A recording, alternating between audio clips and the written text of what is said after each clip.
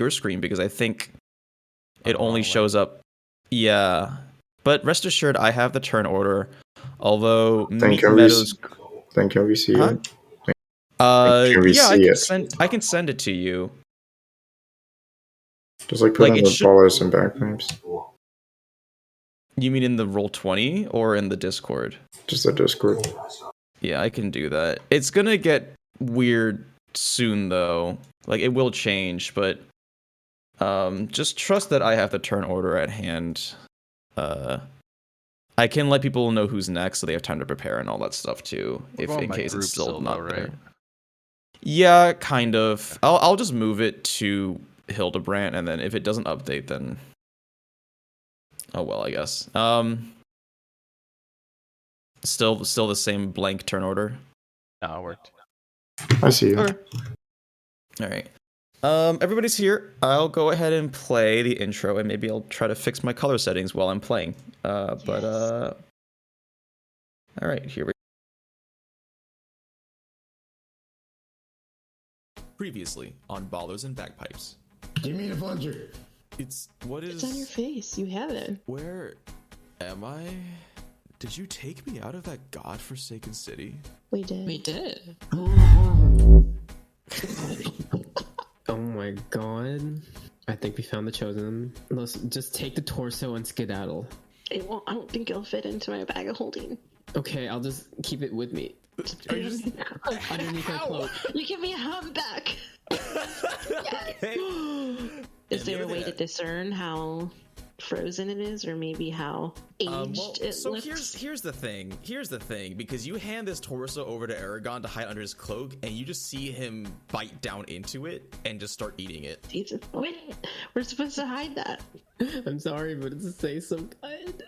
Don't worry, we're not here to hurt you. Just looking for information. Not very convincing when you do. You're not seeming very non-threatening yourself. Well, excuse me for jumping at a random well-dressed stranger in the sewers.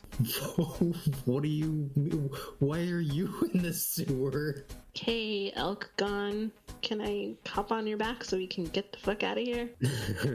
I guess I'm gonna bust out of the shop with my antlers. From above the ground, you start to see the ground of the shop bulge as this ginormous elk erupts from the cellar, and the shopkeeper is just staring like slack-jawed. But atop this elk, you see Isarya cradling a small Groot, and it is this majestic sight. That was close. That bot almost bunged up your entire plan. It'd be a real shame if he deus ex machina out of it. I don't know, it's ballers and bagpipes.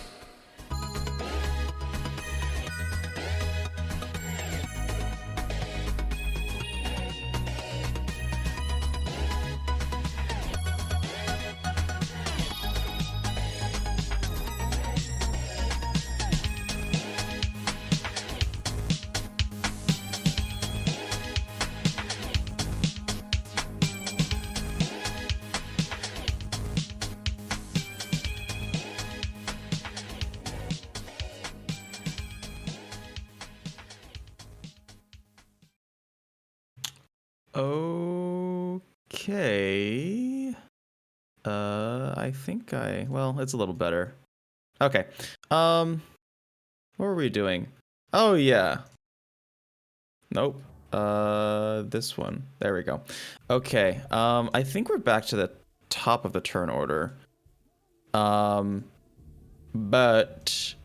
the Meat Meadows crew is... I'll let you guys discuss if you want to still be in combat or if you want to maybe just do more RP action resolving, but just to remind you of what's going on, one of the Warforged guards was attempting to escape, and Wheelie has just portaled it into the cellar of the butcher shop you're raiding. I don't really know how to justify Flinty, but she just, I don't know. She just had to really go. Sewer stuff. I believe Pog and Orza, who's not on this map, but I should get her on there. Pog and Orza are running. Odin and Ganondorf are like deep in combat, with potentially more guards on the way. So, all right, here we are. Yeah, so I'll leave it up to you. Butcher Crew is up first. Eragon, Isarya, and Groot just busted out of the shop. What do you guys want to do? You can either we can continue with combat, which I'm cool with, or, you know, I'll let you discuss. Is the robot that is in with Isarya and Eragon, he's still alive, right? Yes, it is still moving. It just attempted to run away. Okay. Do I have to go to the red box to make it down where they're at? No, the red box is the portals. Okay. I never really drew where the entrance to the cellar was, but it's right here. Okay. I'm going to probably head towards where Odin and Ganondorf are, because I think Isarya and Groot and Yoshi can handle the one robot that's in there. Okay, so Galadriel's gonna go on a solo mish. Kind of. Where's Okay, the so sewers? Yeah. I'm looking at I'm looking at my beautiful hand-drawn sewers map. There is one in the Meat Meadows district. I think from where you're standing in front of the shop, if you look back towards where the main gate is, you can see one of the manholes at one of the intersections on the road. So it's maybe like, I don't know, 30 feet? Although I think realistically, you only know that they're in the sewers, but you don't know where they are relative to you. Okay, so you said the manhole cover was where? It's like maybe 30 feet away from you. Okay, so I want to go to the manhole cover then. Okay, sounds good. Yeah, you see this Warforce basically like land out of the portal on its back as some sparks fly out, and you rush over to the manhole and you pop it open and slide on down. Let me just think what this means. So there's not going to be Warforged at your location because I forgot who it was. Either you or Flinty convinced them that this area was secure. But as you slide down into the sewers, and as you land, you see some movement as small animals sort of scurry out of their hiding spots into the darkness. And from you're a ranger, so I'm gonna assume that you have good sense of directions.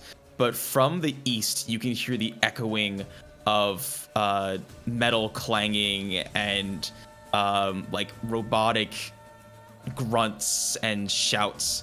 And you're pretty sure you just heard Ganondorf let out a war cry. But the distance to that, it's... Let me just check the map. Oh, you have it right now. Okay, yeah. Oh, so actually, you know what? It is just a straight shot. And with your... Yeah, okay, yeah. And with your dark vision, you can see sort of maybe... It's long, like maybe 150 feet down. You're seeing stuff happening. And actually, in your direction, you can see Pog and Orza, as well as a female, a woman, excuse me, not female, female human, running towards you. But that's what you see, and it'll take you a while to get there unless you dash. Let's say that, just to make it easy, let's say it would take you like 3 turns to get to this map I drew in the top right. But yeah, you're free to do other stuff during that. Yeah, but you see Pog and Orza coming towards you. Really far from the distance, you can see Odin who's being flanked by 2 Warforged. There's stuff going on. Okay, so was my action, my movement was the 30 feet, and then was my action to go down into the sewer? No, you can dash. I would count that as part of movement. Yeah. Okay, so I want to go towards Orza and Hildorf Pog. Okay, The sounds rest good. of my 30 feet. I Yep, would not recommend coming towards me because I think we're about to get chased in the sewers. I mean, it's your choice, so. I'll just write down how much movement you have left to go. And then we'll work it from there. Okay. Next up is Flinty, who's not here. I don't know. Oh, I can play for Flinty. I know what she would do. What do you think she would do, Pog? She would probably pick her guitar and inspire people. You know what? Yeah, that's a fair point. That's probably what she would do. Yeah. Or shoot people. Or shoot someone. Probably me with her fucking gun. She can't really shoot anybody right now, but I can totally have her inspire. So what does her Bardic Inspiration do? She can inspire how many people? Up to her Charisma. So it should be 4. Yeah, so she'll just inspire Wheelie, Eragon, Isarya, and Groot, I guess. So go ahead and take your inspiration. She does a little ditty, does a little shimmy shimmy in the streets. So, wait, what are we doing with the inspiration? Is that a plus something?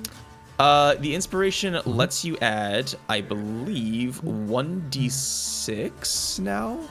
It gives temporary no, points now, excuse me. That's if she uses Mantle of Inspiration. She's just doing Bardic Inspiration. Okay. Oh, I guess... Okay, I see. No, Bardic Inspiration... Okay, sorry. See, I don't know how to play characters. Bardic Inspiration only affects 1 creature. Right. Mantle of Inspiration affects an AoE. Mantle is what she usually uses, yeah. Mantle is what she usually uses. Okay, then you know what? She will do Mantle. All of you get 5 temporary hit points, and you may immediately use your reaction to move your speed. 8 temporary hit points, excuse me. 8 temporary hit points, not 5. Okay, if that's the case, I'm going to use my reaction to go over to the... Actually... yeah, I'll go over to where the portal is, but I won't enter into it. Okay, but as you look down, you can see this Warforged lying on its back, and it starts to get up. Okay. Next up is Eragon. Okay.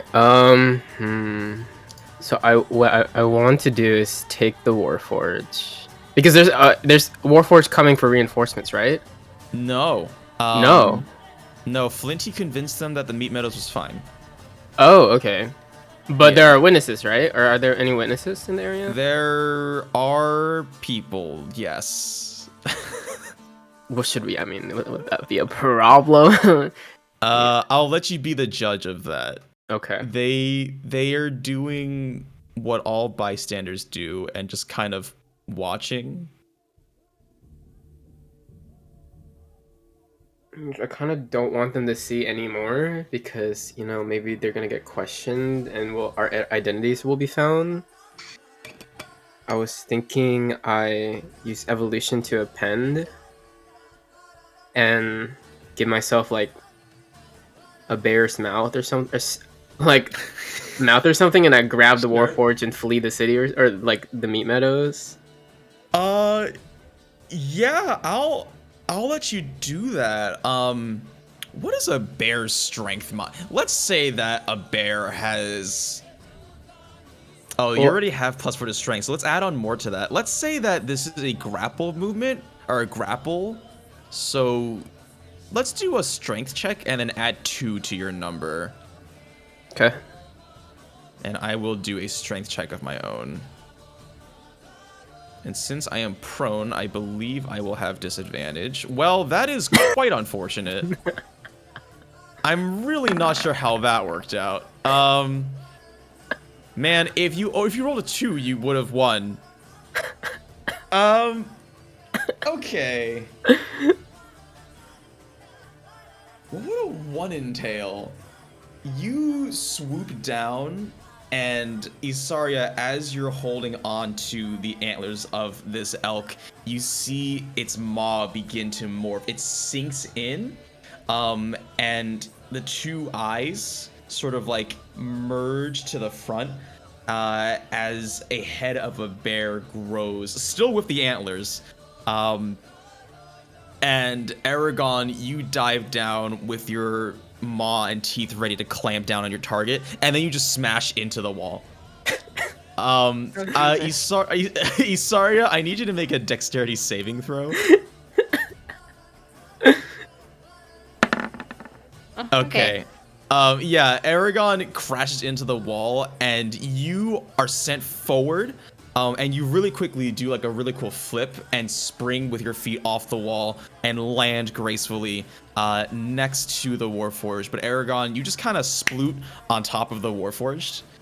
We're in the what's it called? You're in the cellar. Cold, yeah. Okay. Well. Yeah. But you just kind of smash your face into the wall and just kind of land on top of the Warforged. Nay. Yeah. Next up is the Warforged, who is stuck and prone, so I guess he's gonna make a strength check.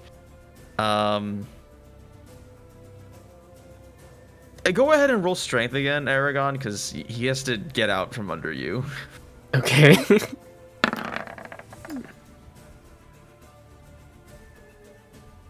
Okay, yeah. And as you're reeling from this rather embarrassing bludgeon to the face, you feel two cold metal arms like start to lift you up, and you can hear them creak and groan. And you are lifted and sort of just tossed to the side, maybe 10 feet. You're not hurt, but you do just sort of slowly slide across the icy ground as this Warforged gets up and out from underneath. And I mean, what would it do at this point?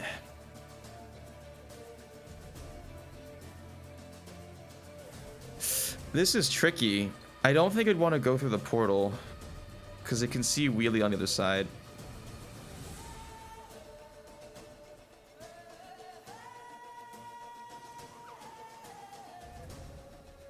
I'm still gonna do it. Wheelie, you see this Warforged use half its movement to get up, and it's just gonna step. Yeah. Can I use my reaction to grab him? Yeah, I'm gonna make that take an opportunity, I guess. Yeah. Why don't you go ahead and make a strength check? I ain't letting him leave. Hey, you've been rolling pretty good. Oh, you have to roll really good to beat that, though.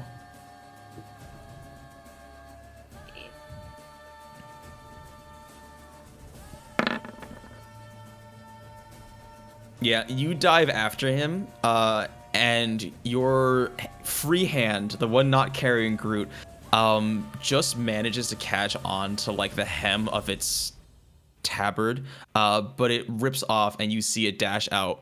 Wheelie, yeah, why don't you go ahead and make an attack of opportunity? He's not gonna get very far, but go ahead and make that attack. He only got like maybe 5 feet away from you once he made it out of the portal. 9 is not going to do it. And as he pops by you, you slash your dagger across, and you hear the sound of metal on metal as it sort of just like scratches his exterior. And that's it for his turn. Isarya, it is. Oh, you know who didn't go? Eragon didn't go. Or not Eragon. Groot didn't go. I'll let Groot go after Isarya. Isarya, it is your turn. Okay. I don't know how far away I am from the portal. Not far. Maybe like 10 feet. All right, I'm gonna use my 10 feet to go through it, and I'm gonna cast Charm Person again. I'm gonna try. I'm gonna keep trying until I get it. Okay. Go ahead and cast Charm Person.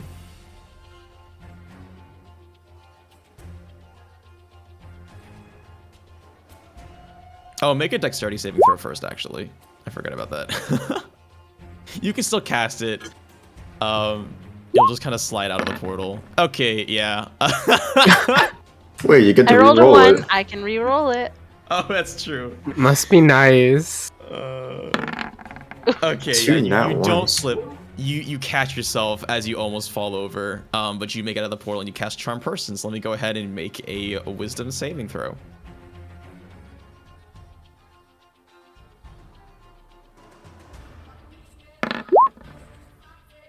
Yeah, it is. You're doing your best, and you feel your spell. Again, it bounces off of something, like there's a more powerful spell at play here.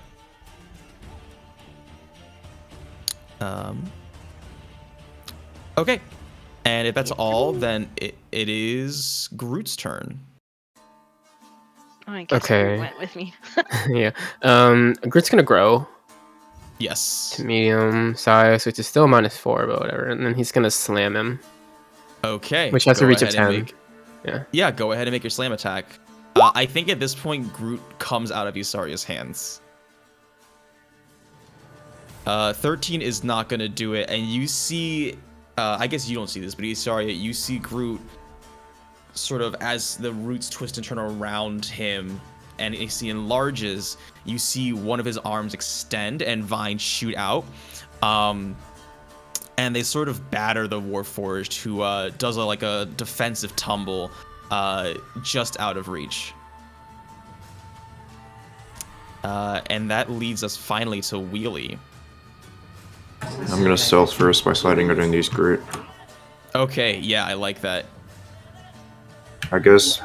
You have one advantage, yeah. Okay. Yep, that's you sort of you become wood. Alright, I'm gonna cut like the Warforged's legs. Actually, hold on. I think that would be with triple advantage since I'm gonna flank it.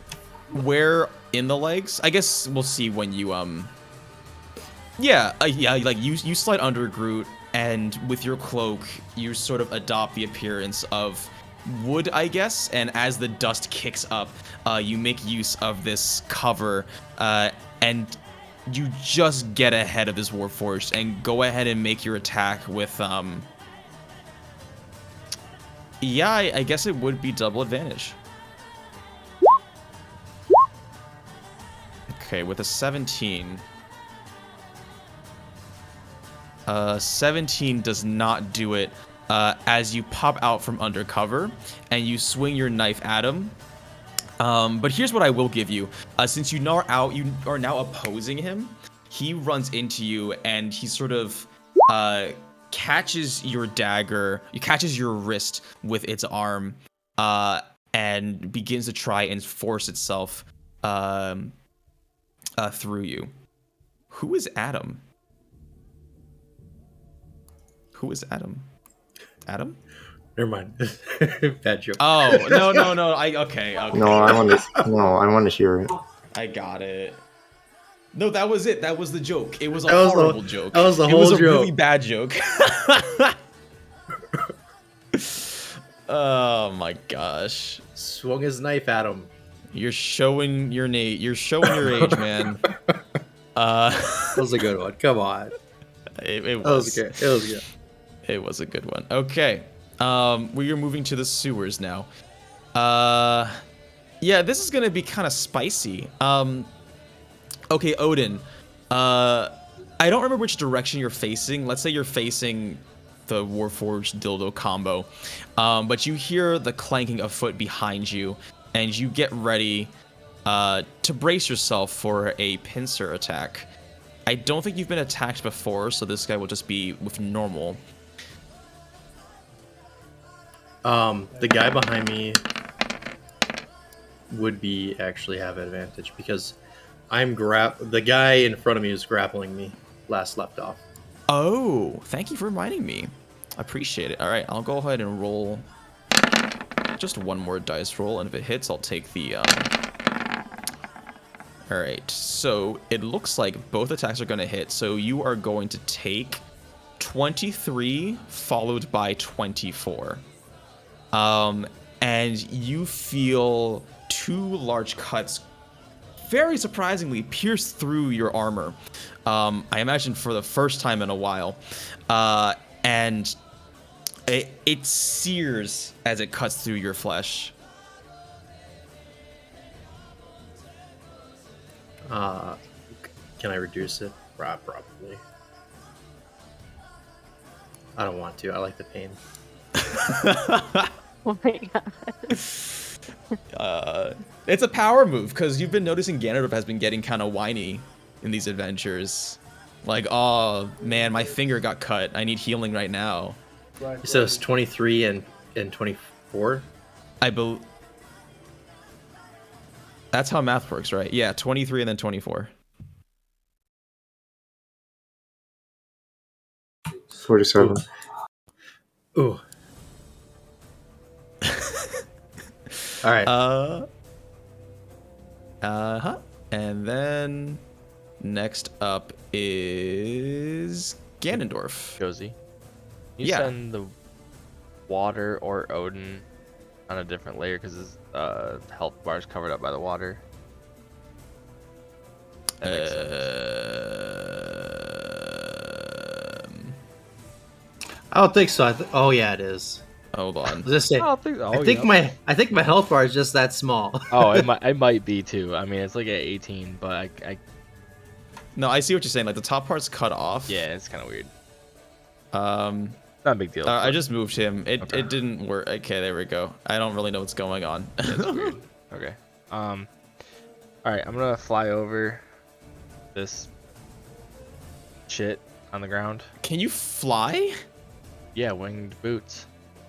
Oh yeah, you do Baby, have that. I can fly. I forgot. Yeah. Okay. Do you want to like fly in the cistern, or do you just want to fly over? and land No, on the just other over side? it. I think Okay. it's like, I don't know. I think if I guess fly 10 feet up, right, to fly over it. I don't know. How tall Yeah, it yeah, is. no. I just wanted to know. That wouldn't really significantly affect your duration, but I guess the little wings on your boots start flapping. I don't really know what they look like. right. It's cute. And you just kind of do like a high jump over this mass of writhing tentacles as you land on the other side. Yep. Go flick it in the back.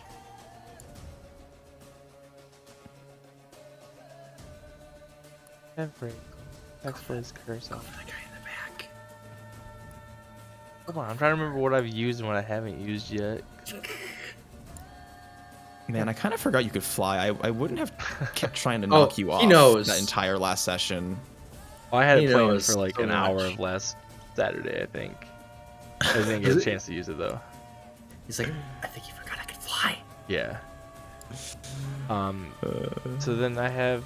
To be fair, the guards wouldn't really know, probably. Yeah. Would that be like? How far is the distance across that? I guess. How big is the?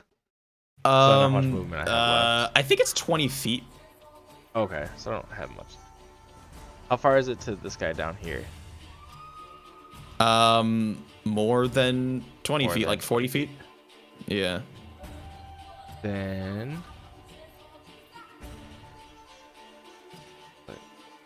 Sucks. Can I just firebolt that guy? Absolutely. 120-foot range. Yeah, you can firebolt him. You raise your gauntleted hand as you crit a. Wait. I'm raging. It Or, wasn't the rage that bothered me. It was the. Reckless. Yeah, no, that's fine. It was Okay. more so that I thought Firebolt was a cantrip. I didn't know cantrips could do 25 damage. Oh yeah, Yeah, after a certain 27. level, they scale pretty hard. Yeah. I forgot about that. So Okay. With that, I get a +1 to hit on, or a +1 damage from the grasps of spell saving. Oh, do you? Yes. Okay. Which is just a flat +1 because it doesn't Yeah. get added twice. Okay, Right. so that's gonna be 28 total damage. Yeah, I mean this is more like a small fireball, honestly, instead of a firebolt. Well, I guess it's. Do you have to roll it twice? Hold on, let me just check this. No, it just increases. Okay, no, that's Eldritch Blast. I'm thinking of a different spell. Okay. Then that's my action, and I moved. And he's already hexed, so I have to roll my hex damage. Yes. Which is, well, not 2 for the rage, but 3. Yeah, the rage hex wouldn't damage. get out on that. Okay, so that's total of 31 total damage. Yeah, okay. Okay, yeah, interesting. Here's what happens. You like Mega Man style, as you're flying over these tentacles, you sort of like twist around and shoot a fireball with your extended gauntlet. And you see a burst of flame travel forth down this passageway that sort of blasts into the Warforged. However, you see, like, just before it contacts him, you see almost like a very thin shimmering, as if he was covered by some sort of spell dampening shield. And he's going to take, instead of the 28 fire, he's going to take 14. But your hex kicks in, and I'm not really sure what your hex looks like when it does damage. I don't know. I guess cursed particles sort of flare up from the circle underneath this rune, and he takes the full 3 from that. I guess it, not he. Okay. And is that the end of your turn? Then next up will be Pog. Pog, you are running with Orza and Soraya. You see Galadriel in the distance. She just descended from this ladder. What do you do?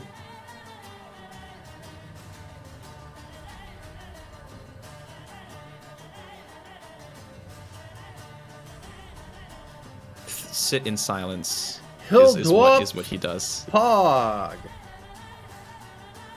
Danger. I'm gonna steal from him. I don't think you can do that. Dwarf Pog decides that he's going to... He sent a GIF. Okay, we'll come back to him. Yeah, he'll postpone his attack or whatever. Yeah.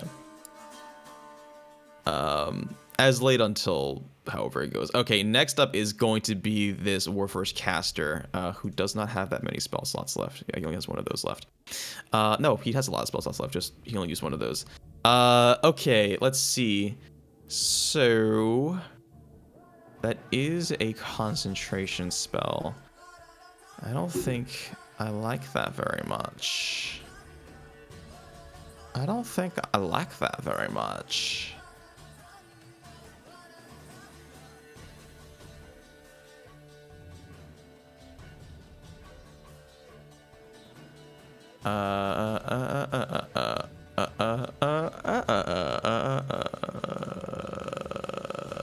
How does this work? Okay. Does that work? Yeah, that works. Okay. Ganondorf, as you launch this spell and land, you feel your cursed sword get extremely hot. As this caster casts heat metal on your sword.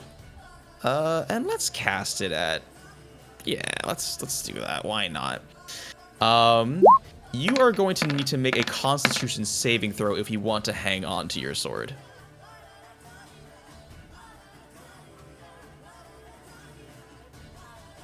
So, I don't think so.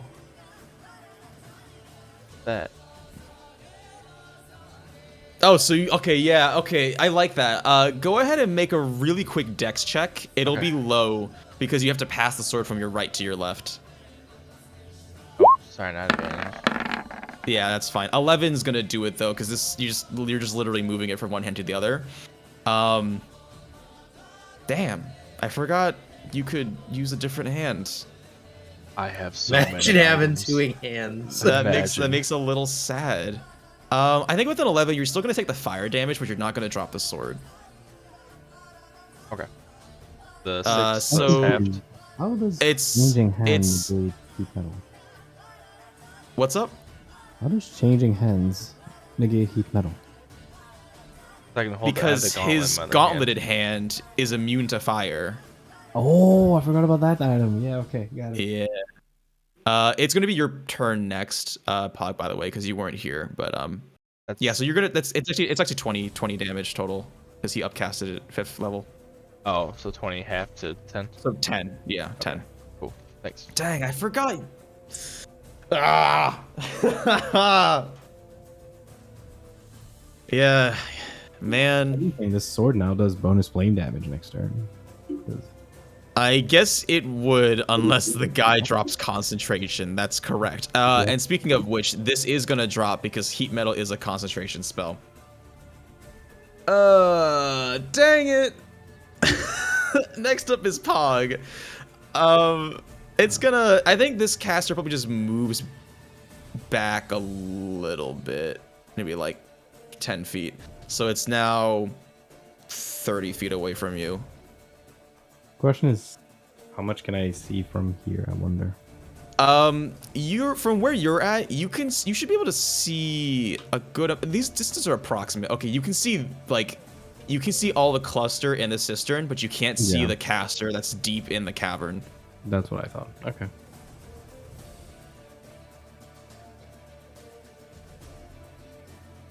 Well, the question is, can Hildorf Pog know that Odin is injured? You can make a medicine check. But it's like you could make a medicine check. I mean, he's not far. He's just how fucking injured is he? You could make a medicine check. It won't take your action. I have 18 health. Okay, well, that too. Yeah, he has 18 health. He's hurt. I thought. Okay, so I can tell that he's like pretty bad. Well, pretty bad is up to interpretation, I think. You know, if you guys were level 1, 18 health is pretty good. Unless you're fighting not level 1 monsters. That's true. Then 18 health is less than ideal. You sound kind of muffled, by the way, Pog. Are you using a different mic? No, it's just I'm trying to fix the thing that the mic is resting on. Oh. What I've been doing the last minute or two. It's kind of off. Is it better like this? Yeah, it's better. Oh, but then I can't play. Anyways. Don't worry about it. Okay, so I'm gonna use. Wait, let me try to fix it temporarily. Okay, I'm gonna use my I'm gonna use one of my new spells, and hopefully I don't roll 0 because if I roll 0, I'm gonna lose my pants again. All right. So I take 6 plus 6 damage myself, and I heal Odin for twice that amount. Oh, that's so cool. What the heck? Yeah, it's pretty cool. Yeah. So I'm gonna take 26 plus 6. How much is that? That's 32. Yeah, correct? that's 32 really cool. times 2 is 64 health, and I'm probably gonna use my ring to give him a shield. I don't know, but I have to check how much health he has first. Like, what's your max health, Odin? Is 62 enough to do full health, or is it too much? I'm at yeah. I So have is it- 67 max. Oh, okay, so I'm just gonna cast that and bring him to full health. So I'm not Okay. gonna use my ring because I don't need to. But, right. Okay. Yeah, And then totally. for bonus action, I'm gonna use. I forgot where it is. I have so many spells as a cleric. I swear, it's ridiculous. I mean, isn't that sort of the archetype? Yeah, I know. It's just when you go through the list all the time, and they all have the same thing, like cure wounds, inflict wound, healing words, word of healing. Like after a while, it gets a bit stupid. Look at them. I think it's this one. Yeah, there we go. God, that is a Cast, thick heal, man. I'll cast this on Eternal, so heals from 6 plus Oh, baby. 5 plus 1. Little baby. So Okay, 12. yeah. Yeah, so Eternal's gonna heal from 12, and Odin's gonna heal for 65. Yeah. Yeah, Odin heals to max. 65? And you take That's 32 so damage. thick. Yeah, you run past Orza, and Isarya turns around and is like, "Where are you going?" Yeah, Pog, I don't know, like, I guess you just like clasp your hands together and do like a life transference. As Yeah, like it's really, these. it's Oh, really what it is, well, yeah. okay. You went to -1. I don't think you took that much damage. No. I misclicked. But I know. So I have to remove my. I'll figure it out. Okay, so I take 32 damage. So I remove my 8 hit points that I got. So I'm taking 24. Yeah. I'll figure it out. Yeah. But yeah, Odin, you feel these wounds that you take immediately seal up as you see like a beam of light move from Pog to you across this cistern, which illuminates the entire area, which gives you a better view, but there's nothing like of import to note other than it's a cistern and there's a huge waterfall at the bottom. And I'll use my remaining, because I took, it's hard to say from this, but I basically, pretty sure the distance between here and here was not 30 movement, pretty sure. No, it's like 15 feet maybe. Probably 15, yeah, so I'll just take 2 steps back like this afterwards. Okay. Yeah, and that's the end of my turn. Sounds good. I believe there's one more actor in the sewers. Yeah, okay. So the last Warforged who's flanking you, Odin. Oh, Pog, I guess you already used your bonus action, so your Jill doesn't do anything. My Dildo cannot okay. take this thing. The Warforged fighter is going to just multi-attack you, Odin. So, real quick.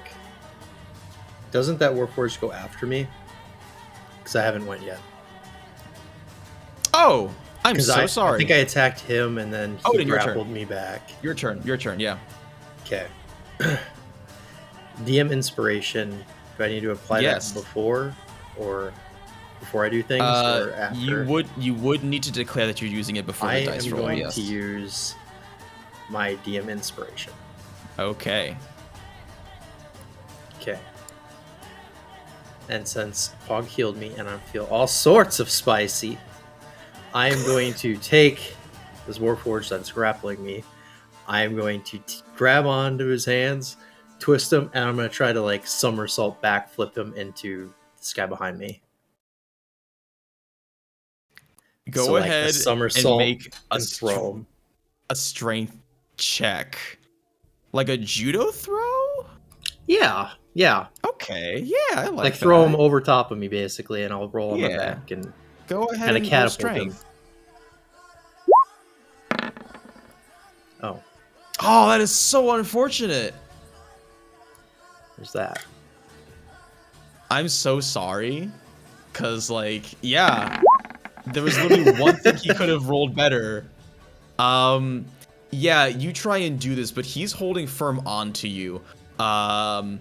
And try as you might to get a good angle, he just manages to just basically overcome it with sheer strength. So does this count as an attack roll or no? No, this is his action. He's literally trying to throw it behind him. So does Bless work? Because Odin still has Bless and Eternal as well. That's true, but the Warforged did crit. Oh, okay, then that's no, that's fair. That is unfortunate. Oof. Yeah. So the Warforged is plain old stronger than me. Fuck. Well, I would say this is more of those you know because you're such a well-trained fighter. He just got lucky. Well, we both got lucky because I crit. You both got lucky. That's true. Well, you didn't crit. You rolled a 19. Oh, yeah, you're right. For some reason my dice showed up as 20, but you're right. I see. Graphical error.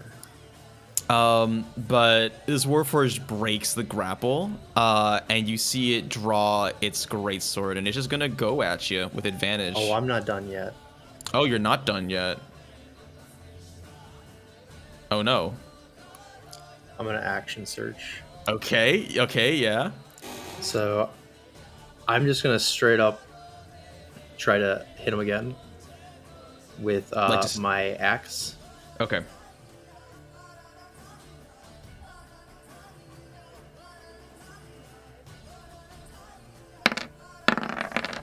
Fuck. Yeah. I'm gonna smash with my shield, because that's what I do. That is what you do. Rolling strength. So he does not have advantage, but regardless, yeah, and you know what? This is actually really cool because you knock him backwards into the stream of water. It's gonna make a dexterity saving throw to see if it can not fall into the stream of water. Not advantage, sorry. I'll just take the first dice roll.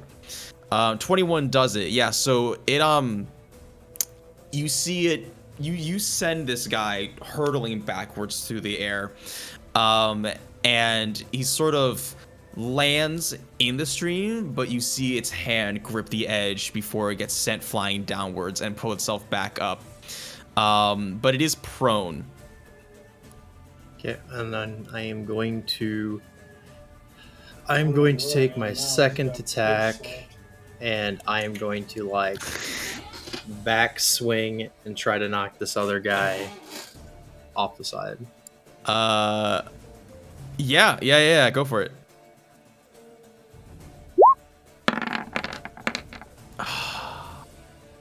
All right. So he'll take the damage first. Okay, yeah, you swing your rail splitter. I think it's hard for you to maneuver. So let's do this. Let's go ahead and make a dex roll to see if you can get the right angle to like send him towards the cistern cliff. 16. Okay, 16 I think is going to do it. Let's see if he can beat your attack. But basically, you're standing on this very narrow walkway, right? It's just enough room for your shoulders, kind of, but you managed to like really quickly swing around and redirect the force of your attack horizontally.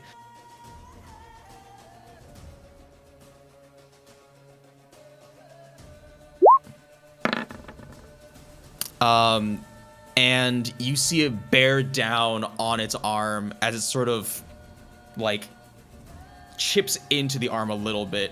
But you see like at the feet, you can see little bits of this pathway crumble and topple into the cistern as the foot digs in. That was my turn. Okay. This is just the universe balancing wheelies like 3 criticals in a row in his one shot.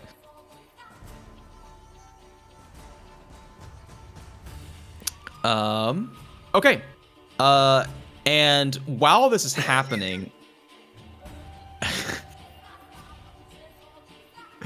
Ganondorf, you look to your right and you see some more lights flood the tunnel passage as more Warforged join the fray.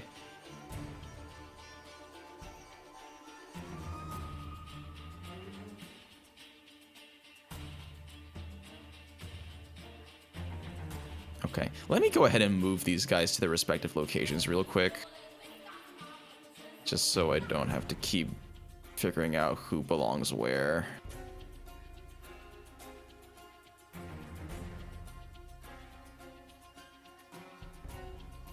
And there we go. Okay.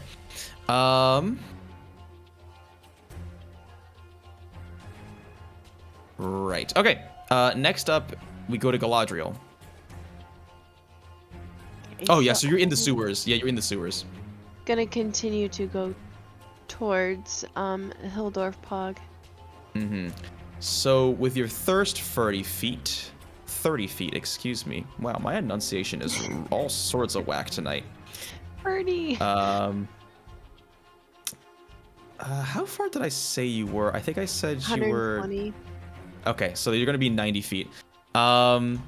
So when you're 90 feet, I believe that's going to put the Warforged on the opposite end of the cistern, like right here. I believe that's gonna put them within range of your longbow, so you can either dash or you can go ahead and fling an arrow down there. I'll fling an arrow down there then. Okay.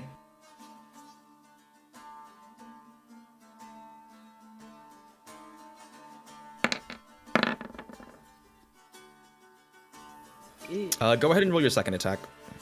Okay. Okay. Everybody in the cistern from the north tunnel, you hear like a whizzing as 2 arrows fly through the air 100 feet. One of them lands just above this Warforge's shoulder, and as all 3 of you turn towards the direction of these arrows, you see the second one drive itself like right into its chest plate for 16 damage. Nice. So that'll be the end of my turn. Yeah. Do you want Yoshi to do anything? Yoshi's chilling upstairs, I think. Or is he with you? He's with me. Okay. So I think he's just gonna use his movement to follow me until we get there. Yeah. Sounds good. Okay. It's Flinty's turn. Anybody know what Flinty would do? Healing or shooting? WWFD. Let's just have her shoot. She's gonna move. Wow, her inventory there's a lot. Skunk cabbage leaves. Oh, that's for her fart spell. I guess she'll just shoot. So she's gonna move her movement, which will get her roughly here-ish. Something like that. And then she's just gonna shoot. We won't worry about the fact that there's like 5 people standing in between you and her. But she lets loose this musket as everybody surrounding the Warforged sort of jumps out to dodge out of the way. And a couple of them like dent. Actually, it's just one shot, isn't it? It's not like it's not a blunderbuss. So it does end up actually whizzing past this Warforged, and you can see it glance off its armor. Next up is Eragon. You are currently inside the shop, but there is a big hole above you. Okay. How far away is like this portal from this portal? Well, the portal is instantaneous transportation, so that wouldn't take away from your movement if you go through it. But I won't be able to enter the portal, right? No, because you're thick. Yeah, so if I try flying to that direction, would that work out? Or like... Yeah, it will. It's like 60 feet, which I think is your total flying distance. Okay. So I guess I'm gonna charge at this thing. All right. Yeah.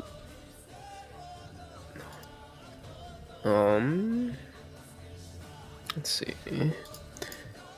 It's gonna charge.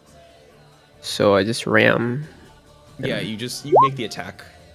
23 is going to do it. Go ahead and roll 2d6. Okay.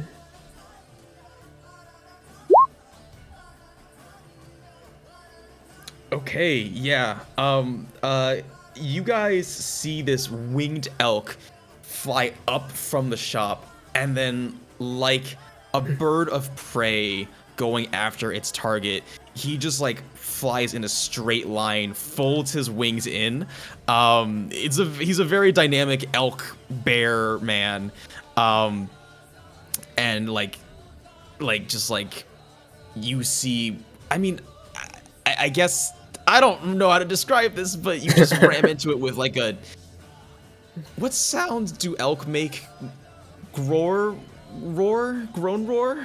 Nays? Nays? They're like, no. Because you've got a bear face too, so it's then I just roar then. There's a lot of, you have the face of a bear, but I feel like you have the vocal capacity of an elk, so I don't really know how that works. Then I neigh as a bear. For sure. I neigh. Whine. Whine. A horse, right? Like, horses whine. Yeah. And your 2 antlers ram into this Warforged as you gore it and buck him up. Strength saving throw. I believe I've always been doing it where it has to roll higher, so that's not going to do it. And as you rear your antlers up and toss this Warforged into the air, it comes crashing down for some falling damage, and is prone as dust is kicked up. Nice. Okay. Okay. And I assume Groot's going now too. Yes, or- it's Groot's turn. Then Groot will grow in size once again to his normal Yes. size, I guess. And he will slam. 19. He has advantage too, by the way. Because Oh, you're right. Oh, I mean, does that the not? second one? Okay, does that not work? Hold on. But to answer your question, no, 19 does not work. What? Ah, damn. Yeah. Groot enlarges with a meaty "I am Groot," and he brings both his fists down on this Warforged. When he raises his fist upward, the Warforged does not seem to really be that injured. It's kind of like when you, it's like imagine trying to like flatten a coin with your fist. That's pretty much what it was like. Wait, when Flinty was doing her Bardic Inspiration, did that affect Groot too? It gave him temporary hit points. Okay, so then how much was that? 8? 8. Yes. Alright, sweet. Cool. Okay, we're Next done. up- Yeah, next up is the Warforged, who's gonna get up, but he's kind of surrounded. I think he's just gonna try and push past Wheelie. So he's gonna go ahead and roll Strength. So go ahead and roll Strength first, and if he pushes past, pretty much everybody's gonna get attacks of opportunity. So this will be interesting.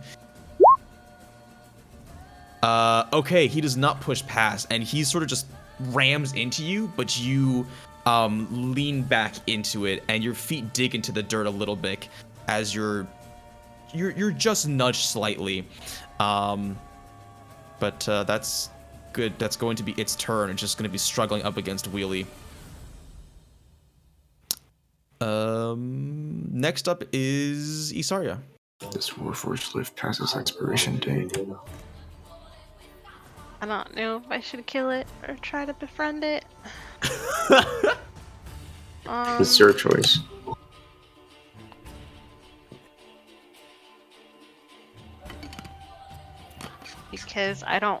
Because in the grand scheme of things, if Hey, he listen. escapes, we're fucked. If you run out of spell slots, you can just upcast Charm Person. Hold on one minute. Oh shit, what am I doing? Hold on.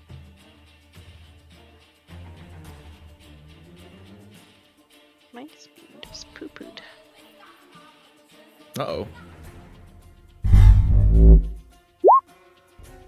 Why isn't it?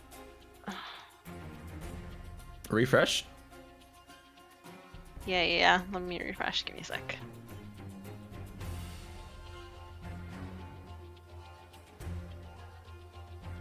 Sorry if I'm occasionally glancing off to the side. We have an exam coming on Wednesday, and I just want to make sure I'm not missing any, like, hot tips I should know. Hot tips in your area? Yeah, hot anatomy tips in my area, ready to be. That's weird. It's Pinned. still not doing it. Here, let me see if I can get it on the app. You're just trying to cast Charm Person, right? No. What are you trying to cast? Blight. Okay, let me see if I can do it for you. Ooh, blight.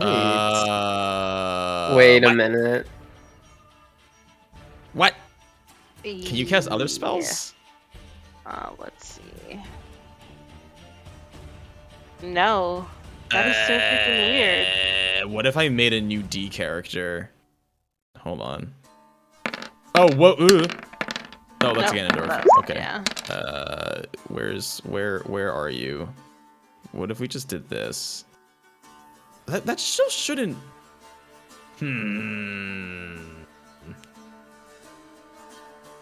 Okay, that's weird. I guess we'll do it the old-fashioned way. But just go ahead and roll 8d8.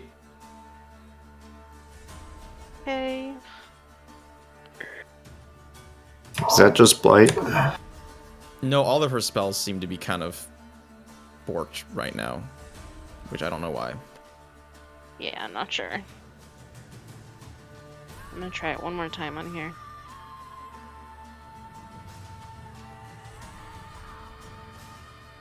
Do you want to try casting it from your attacks and spellcasting list instead of your... Oh, yeah, let's try that. Maybe that'll change it? I don't really know why that would be different, though. It should link directly. Yeah, it worked. 45? It's pretty strong. Okay. Hopefully he saves. He's while she's doing that, I'm like, I'm sorry. I'm just gonna. Okay. Dang. What does this look like? Let's see. I'm gonna use both of my hands and kind of toss him out towards the Warforged guy. Yeah. And you're gonna see this like black, like mist, kind of solidify into like a big black energy, and it's just gonna surround it and like consume him. Okay. Is it not a construct? Here's what happens. Because, well, I mean, it's... I mean... I don't think so, because...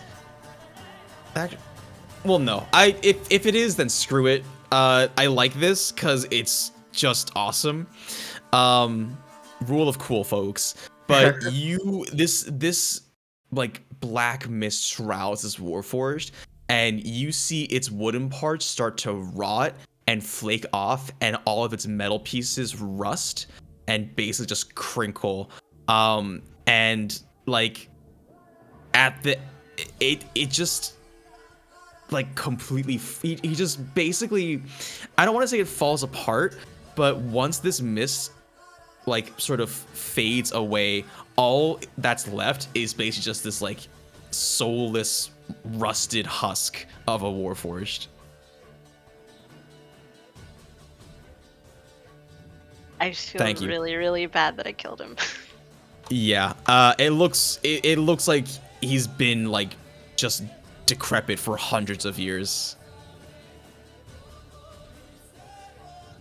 Dang, that was gnarly. I loved it though. Okay, I think with that, Wheelie. Oh, sorry, you want to do something else? Maybe.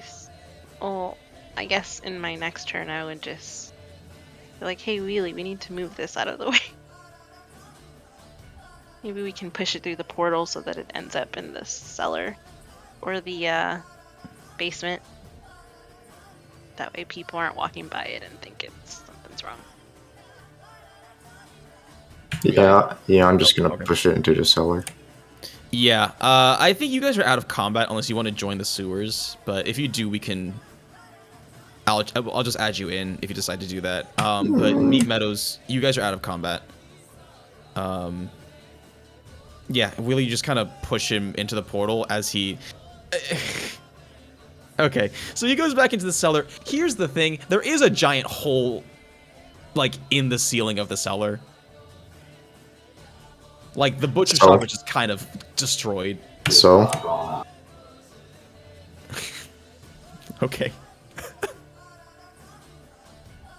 You think I'm gonna feel sympathetic? No, it's more that if you're trying to hide, like, a body, it's not a very good place to hide it. Okay, then I'll have to have different disguises, Wheelie. Okay, then I'll just put it inside a box or something. Okay, yeah. We can pull this out a little bit. Let's have Meat Meadows. What are you guys doing? You did see Galadriel jump into the sewers, but for what you can tell, no more Warforged are coming to your location. I'm just gonna play it cool. We gotta interrogate the butcher because he has literally bodies inside his shop. I want to How take the about butcher. you do that this time? We should take the butcher to an abandoned place and force the information out of him if we have to. I don't say any of this, but I want to take. I think I'm gonna go and fly and take him. I'm nodding as if I understand. No, I'm gonna neigh at everyone and point my snout towards the butcher shop. Yeah, let's go. Okay. You want us to ram into the butcher? Oh, and Groot's gonna shrink back. Okay, sounds good. Oh, I inverted him. That's kind of weird. Okay, wait, Wheelie, what were you saying?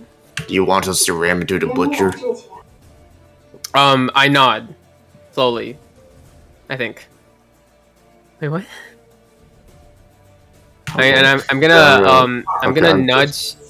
I'm gonna nudge at Wheelie and point my snout at like behind my back. Oh, you want us to take the butcher? I nod. Okay, I'm gonna punch the butcher. I'm gonna beat the butcher into unconsciousness. God, Well, where's the butcher? The butcher's like right here, right? So let's assume that you guys went back to the shop and you're talking. So the butcher is terrified.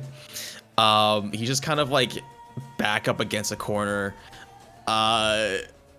Okay, yeah, I mean, you see Wheelie just walk up and go ahead and make a strength check. Oh, attack roll, I guess. Attack roll? Still, I mean, that doesn't really matter. Yeah, you just freaking, what is a fist attack? I think it's 1d4 plus strength. I guess so. Yeah. Okay, well, you do 4 damage, but why don't you go ahead and... Yeah.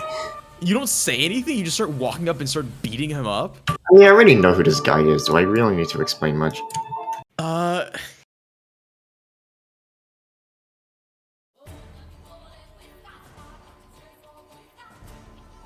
Roll intimidation. But use strength instead of charisma, so just... Oh, okay. Well, that works too. Wow, that's really unfortunate. I'm rolling really shit today. But with a 10, I mean, let me just think.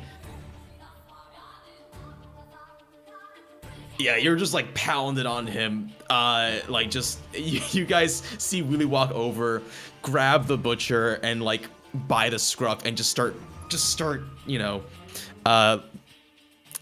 nose is broken, blood's like coming out. You start seeing like a large welts form. I don't think you're beating him unconscious, but he's just kind of like crying out for you to like stop.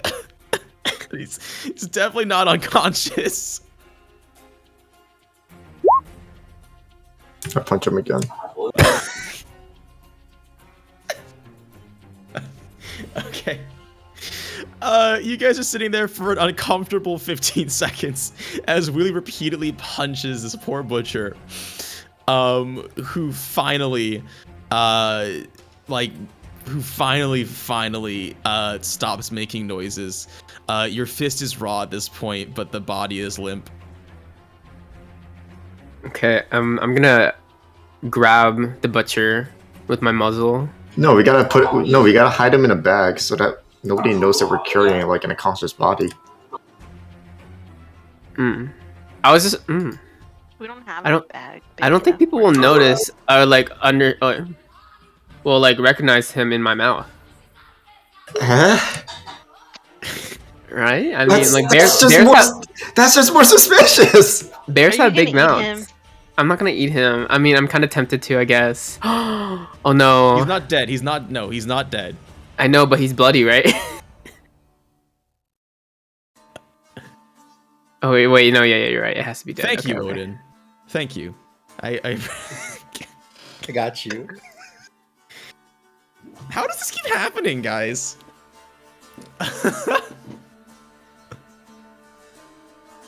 Oh, it's high pitched. What?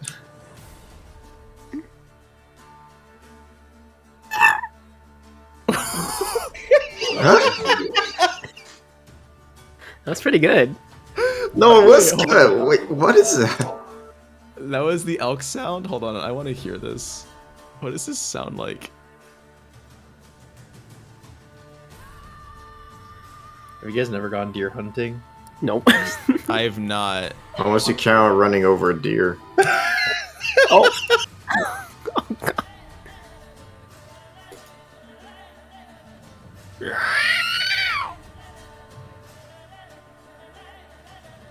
They're really obnoxious. I guess they do. Now that I think about it, I guess I have heard deer and related fauna make that sound.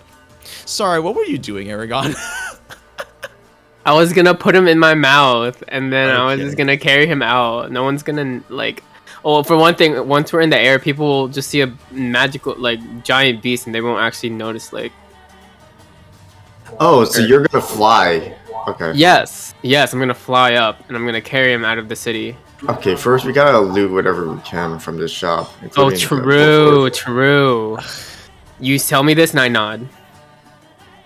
Okay, well, it's early morning, so, Eragon, you check the cash registered, and Eragon, how much money did you pay for the meat?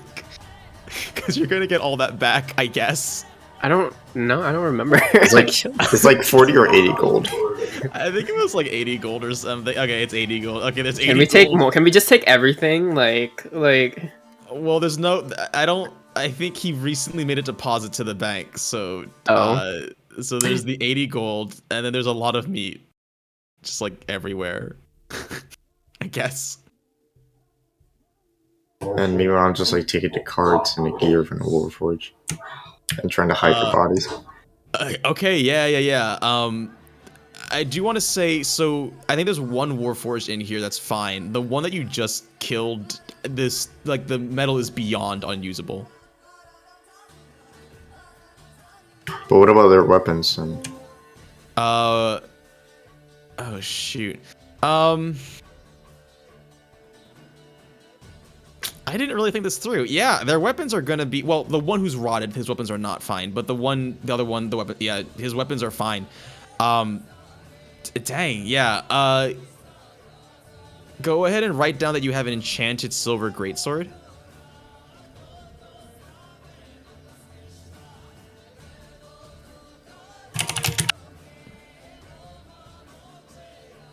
and does he have like a card like iCarly, Steely, or whatever?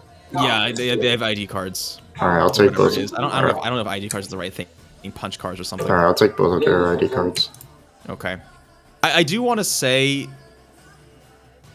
for the purpose of, like, player weapons, I don't think their swords are going to do the same damage as when they were used by the characters themselves, because... I'll tweak it. But they're silver, It'll though, still right? do a... It'll do they're silver, they'll still do elemental damage, it'll be appreciable. I just don't think I can have them do, like, actually 25 damage per hit on a player character, because that's insane. Yeah, whatever. I'll take their handcuffs, whatever they have on them, and then I'm just going, if we're flying out of here, I'm going to disguise myself as, like, Santa Claus or whatever. Yeah, I like that. And you can do that because, you have that hat. But you guys gather everything. If you take all the meat, I don't know, there's a lot of meat in there. Like, a lot. But Isarya, I guess if you jam it onto your bag of holding, I don't know, like... There's gonna be, like, probably close to 100 pounds of meat if you literally took the time to put that all into your bag of holding. Like, questionable meat or actual meat? By questionable, I mean, like, people. Yeah, I know what you're saying. Upstairs on display, they look pretty good. In the crates downstairs though, like, definitely questionable. There are also some meat pies. No thanks. Okay. Okay, cool. I will take 100 pounds of All right. Yeah. mystery meat. You've just got 100 pounds of meat just floating in your weird pocket dimension. And if everybody wants what they want, I'll assume Flinty gets on Eragon as well, but with Wheelie donning the guise of, does Santa exist? Santa exists. You know what, I'll make myself look, yeah, I guess I'll make myself look like a Warforged Santa Claus, so he's like robot Santa Claus or whatever. Yeah, you become Warforged Santa Claus with a big Warforger. Warfather. Warfather? I don't. Warfaja. Warfather Christmas. Warfather. Warfaja? You become Santa Warforged with a pot belly, literally, and with the traditional red garb as you take off into the early morning And you look at the sun, but it hurts your eyes, and I guess you fly it. Where are you guys going? It's a good question. It's a good question. I mean, I was sort of just gonna... I was gonna go off to, like, right here or something. Or maybe that's a little too close. So out of the city. Like, out of the city? Yeah, so like right. maybe right here, maybe right here. Yeah, we can have it so you guys are out of the city. Okay, and then we'll resolve that at some point. All right, sewers, you are still in combat. Galadriel, you are first. You are 120 feet away. I'm gonna use my movement to get closer. Plus, she's 90 feet away. 90 feet away, sorry. So I'm gonna use my movement, in... So now that would be 60 feet, right? What do you mean? Like, I'm confused. is she 90 now, or is she 90 before the movement? She was at 90 at the start of her turn. Move 30. Okay, so 60. Yeah, okay, yeah. I gotcha. I should just write this down on the piece of paper. What am I doing? You keep typing it in chat, which is cool, but it disappears in like 10 seconds. Yeah, there we go. 60 feet. Okay. And then, I'm gonna... Which robot got the arrow? The one right in the middle. Okay. And then, can I put, as my bonus action, put Hunter's Mark on him? Yes, of course. And then, I'm gonna use my longbow twice.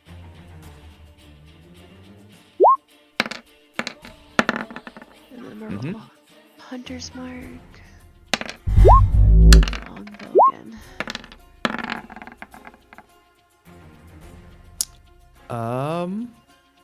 Both of those are gonna hit. A 4, 24, 17. 24 plus 17 is 41. Plus 6 is 47 damage.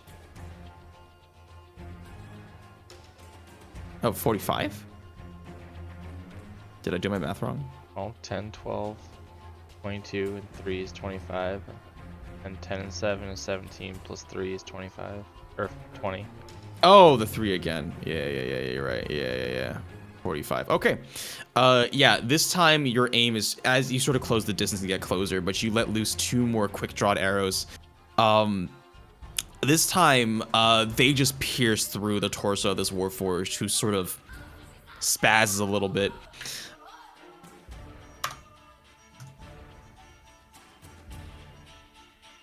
But yeah, okay. Awesome. And then for Yoshi, he's just gonna follow my movement. Okay. And then that's it. Sounds good. Let me move you down to the sewers group. Ganondorf, what do you do?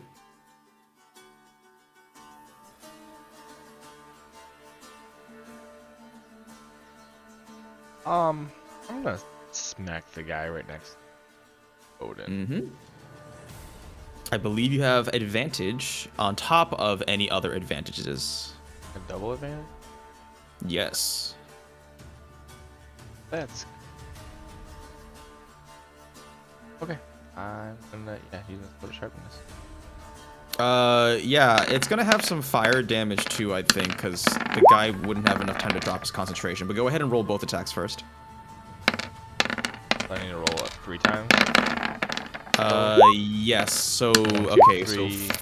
So first 3 hits, and then the second one hits. Hey, Koi.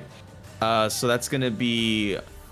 First, we'll do this damage, which is 13 plus 9, 22. Let's do 1d6 fire damage. So roll 2d6 for 4 fire damage as your burning sword of sharpness just cleaves this Warforged.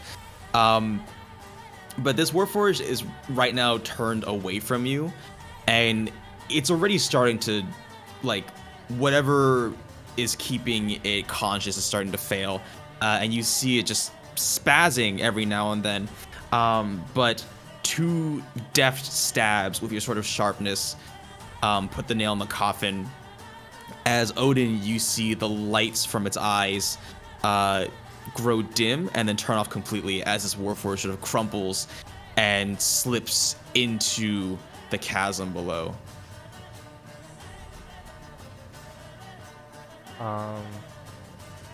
That's. Oh wait, that one guy in the tunnel's still hexed, right? Yes. The one with the green icon on it. I hit with an attack that still hit the d6 on him. No, that unfortunately that's not how it works. You have to hit the target. Oh, to the target. I see where it says that. Yeah. Then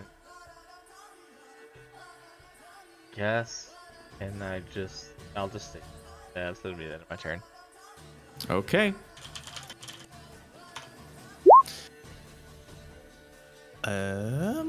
Next up is just to update you on what happened, Koi. Butcher's team finished combat. You guys currently have abducted the Butcher and are flying out of city limits atop of Eragon. So you're not like in turn order. You just sort of move whenever. So that's what's happening there. So is it me now? I believe it is you, Pog. Yes. Yeah. Okay. So I will try to hit the thing.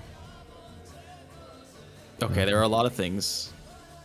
Oh, the target, the forge that is left of Odin. Oh, okay. From my perspective, at least. Gotcha. I do not believe they're vulnerable to anything. I also did make up their stat blocks, so they may have vulnerabilities, or they may not. I don't know. I mean, I do know. Alright, that's a big miss. That is definitely a big miss as you hurl this guiding bolt and this Warforged. Well, actually, you know what? I think it's prone, so you have advantage. Damn, you just made my day.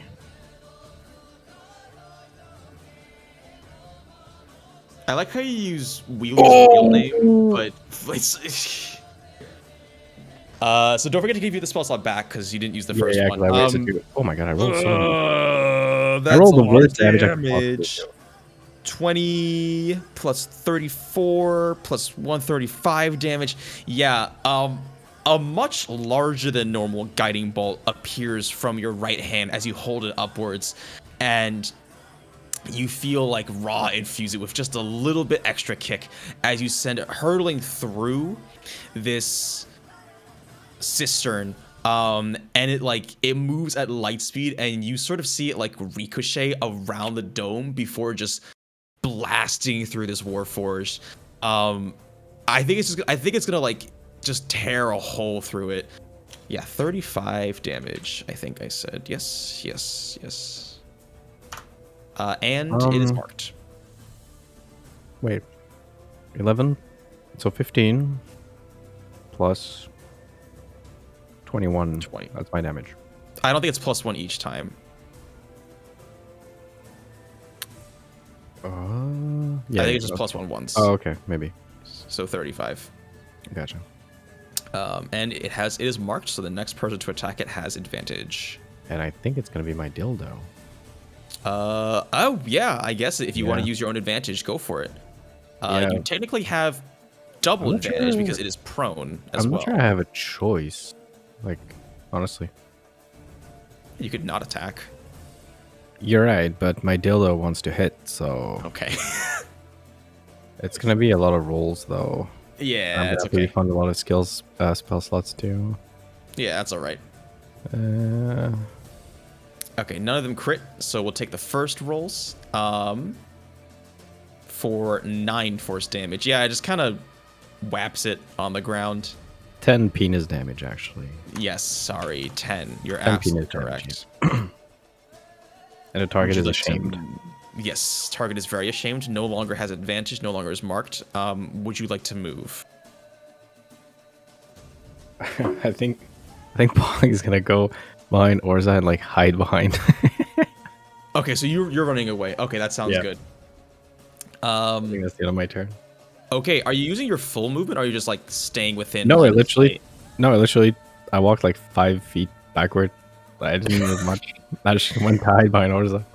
Orza hides behind you. Okay. I'm gonna probably have to hit Orza at this point. Yeah. Yeah. I'll let Orza hide in my massive stature. Next up is one of these Warforged. Next up is gonna be this Warforged who's gonna use his movement and dash, and that is it. Next up is the Hex Caster, who does not have this spell slot anymore. Is gonna drop concentration of heat metal, so your sword no longer is fire infused. It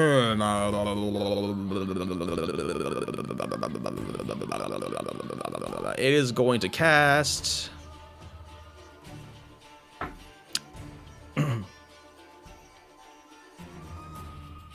holy moly.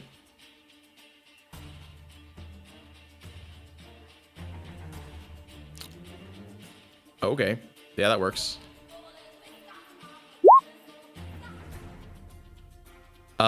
So here's what happens as its Warforged. I made a mistake, but its Warforged is going to take damage too.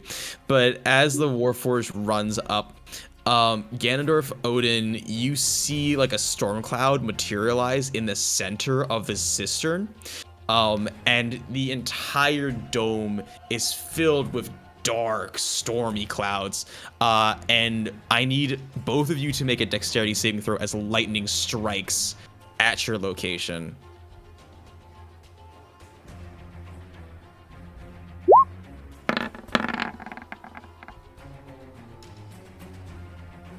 Okay, and the Warforged is going to make one too, because I'm a dum-dum. Okay. Okay, Ganondorf, you feel a bolt sear through you as you take 19 lightning, 9 lightning damage. Odin, I believe you just... No, it's half as much on a successful one, so you also take 9. The Warforged is going to take the full 19. But yeah, there is this raging storm in this cistern. That's going to be the end of its turn. And Odin, it is your turn.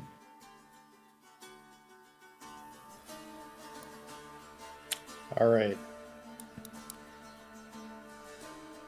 I'm going to chop this Warforged's hands off. I love it. I'm assuming you move out of the cistern. Yeah, I'm going to move closer to him. Yes, and you also have advantage since he is prone. So it is prone, excuse me. Stand right over him. Hopefully. Let's see. Go ahead and roll an attack. And based on your roll, I will either grant you your request or not grant you your request. That's just not going to hit at all, unfortunately. Damn. So then I'm going to give him the people's elbow with my shield. Okay.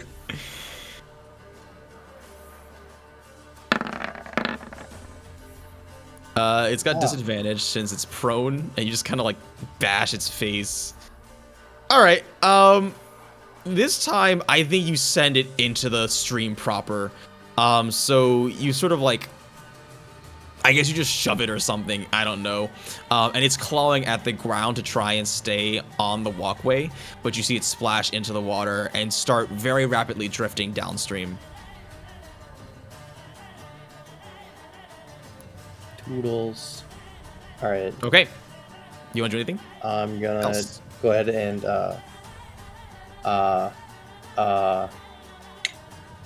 well, this is kind of inconvenient, but I'm going to did we decide that jumping over the water was part of an action or movement? It's part of movement. Like any sort of movement that's not complicated is just movement. All right, so I'm gonna run over here. Attempt to jump across. Okay, make an athletics or acrobatics check.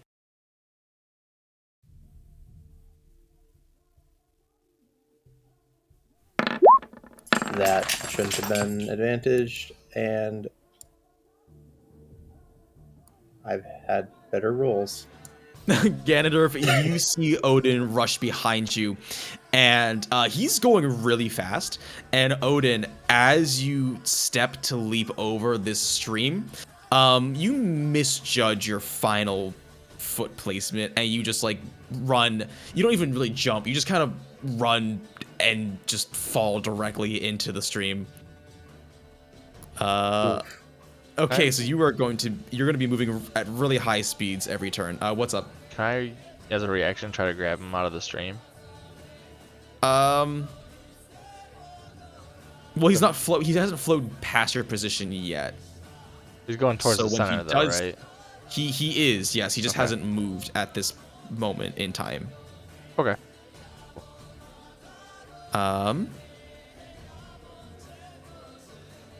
What's up next? Up next is this Warforged who's going to make a dexterity save.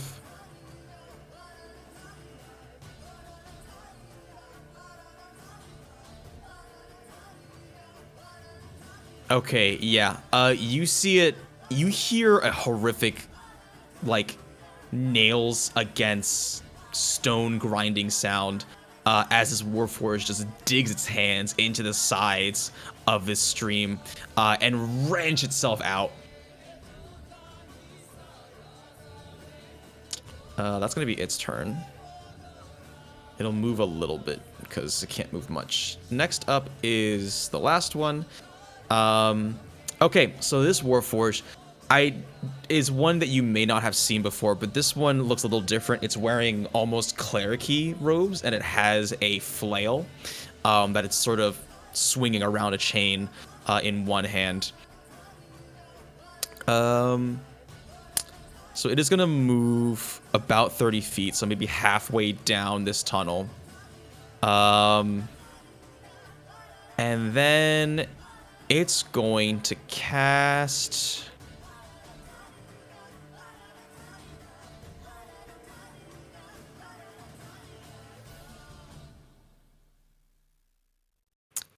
I don't want to do that. Okay. It's going to cast a Ray of Sickness at Ganondorf. So go ahead and make a Constitution saving throw. That's an attack roll to hit. Oh, that's just an attack roll. Yeah. Yes, that's true. It didn't hit in the first place, so it didn't hit. Yes, but you see it from its hand. It lashes out this like purple-looking ray that shoots past you and dissipates into the cistern. Okay. And then you hear more footsteps from down the sewers, and 2 more Warforged join the fight.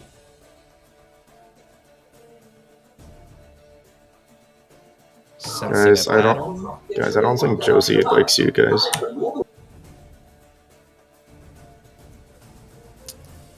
Let's go to... I think he's reminding us that we're supposed to get the fuck out. I'm just saying. Let's go to our elk crew for a bit. You guys are soaring through the air. Flinty, you're just kind of there. You didn't go unconscious during the fight. You did some stuff, so you're missing like some resources, but yeah, you guys have an unconscious butcher just sort of on the back of Eragon. Let's change the music here. This is like getting old. What do? You guys are flying through the air. Well, right now I am disguised as a Warforged dressed as Santa Claus. So. That's true. Wheelie does look like Santa Claus. I don't know, where are we landing?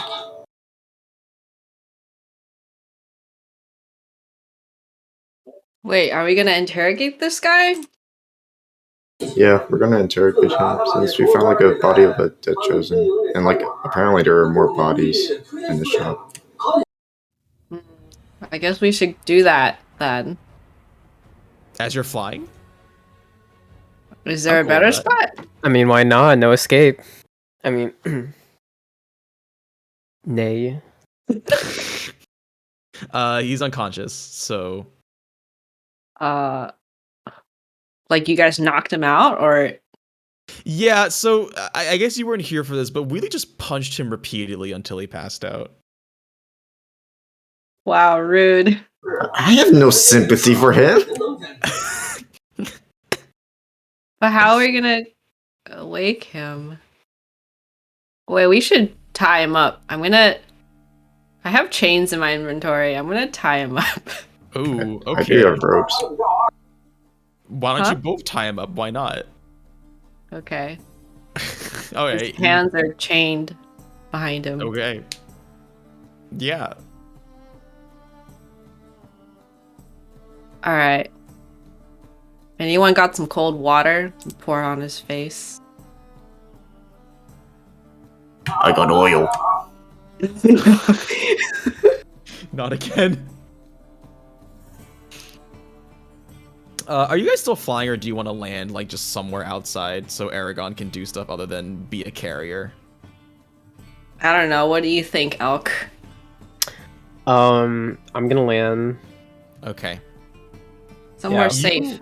Yeah, Yeah, you in guys the have flown field, out yeah. a good distance away. Probably like a foresty, secluded area. I sort of land just outside and walk in. All right, so you are out of sight of probably anybody who may be wondering what's going on. You have an unconscious man with you. If there's a stream nearby, I'll take some water and dump it on his face. Yeah. Isarya, are you just observing this? Yeah, I am. Okay. You bring him towards the stream, I guess. And you just like start cupping water and just splashing at him. And I want to scream, but I really shouldn't because my roommates are here. So he wakes up screaming. No, I want to hear it. I just don't want to be loud. But you know, like when people come out of anesthesia, sometimes like they say you come out the way you go in. Apparently, I came out screaming and crying. So I mean, I don't know. I thought I was pretty chill before the operation. But he just starts like.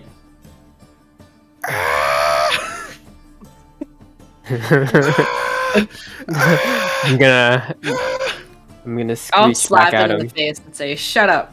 I'll slap him too. You both slap him from both cheeks.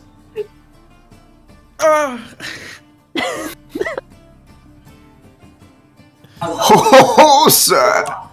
I want to try to intimidate him and be like, "You see, I have a spell that will heat up your chains that are around your hands to a very hot temperature. So you better tell us what you want. It's what we want to know." I suggest you listen to the young lassie here until we have to resort to physical means. As I pull out my nunchucks of intimidation or whatever. Flinty, go ahead, roll intimidation. Are you swinging your nunchucks? Yeah, DC 7 dexterity saving throw, and I get advantage on intimidation. check. Oh, wait, what? You Alright. don't attack him right now. What? No, he's just not swinging it. attacking. He's okay. he's trying to show off and be Bruce Lee. Okay. Oh yeah, it's real impressive. You're doing all your nunchuck tricks, and okay, yeah, he's very intimidated. Oh god, it's like that one dream where I was like Santa Claus was there, but I was naked.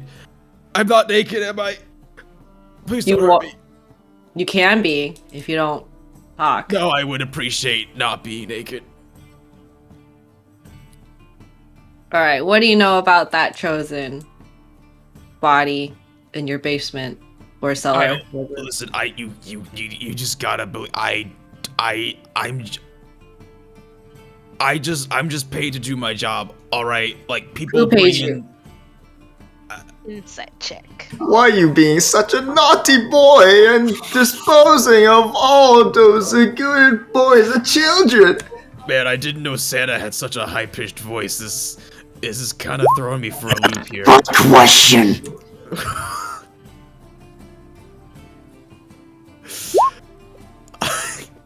Nunchuck Santa. Okay, so he legit, well, he has more to say, but I think he doesn't know who hires him. Also, he has more to say about other parts of his operation, but listen, it's, by day, I'm a butcher, proud of my work, I'm damn good at it. If people need evidence disposed of, they come to me, and I take care of it. Listen, the guy who brought him in, I don't know, he was Gnome, he had a real punchable looking face. That's all I know, I swear. Oh yes, that naughty, naughty man. What are you gonna do to me?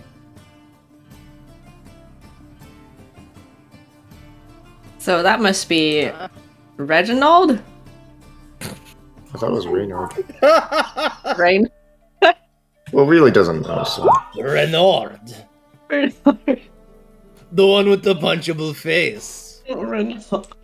Where is this person coming from? Please answer. I don't know. They just come into my shop and they just tell me what to do. I don't ask questions. That's the truth, I swear. What do you plan to do with all those bodies? Just sitting in your shop? Well, no, if they just need to be disposed of, so they're disposed of. So this guy knows how to hide bodies. Might be useful later. I guess if you put it that way, yeah. But you've also taken the lives of good boys and children. That's not something that we could accept. Let me be very clear here. I don't do no killing. I only work once they're already dead. Okay, so you're not as naughty as I thought you were to be. Please don't put coal in my sack. You're gonna find a lot of coal in your fucking sack.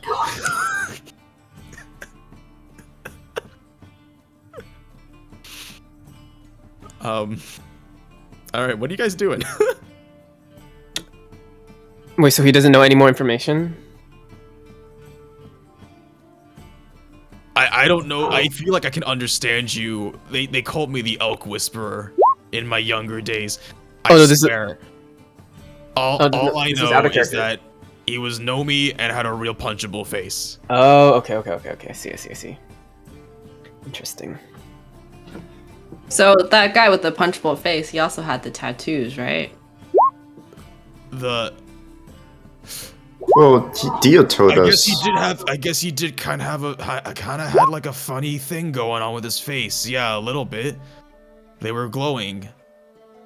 And he brought in the other glowing body. When he brought the body in, it was in a sack and it wasn't glowing, but yeah. That's strange.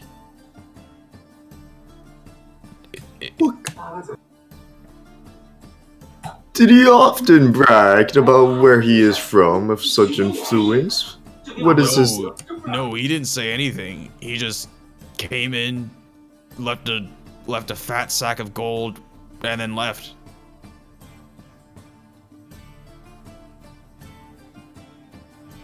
Does he go there? Does he visit your shop often?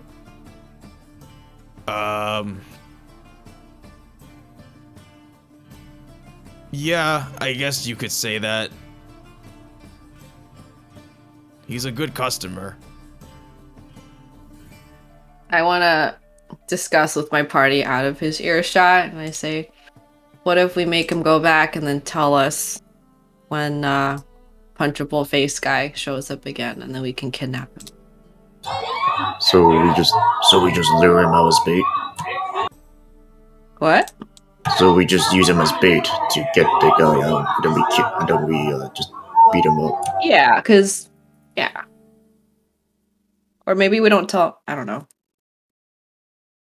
When is this punch-a-bite guy going into your shop? Why are you asking like I know the answers to these questions? I don't know. He comes in when he needs a body to get rid of. Do you know where he's coming from the next time?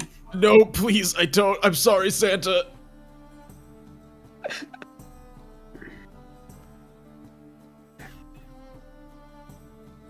Listen, we'll put you back in your shop, but next time punchable face guy comes in, you let us know, okay?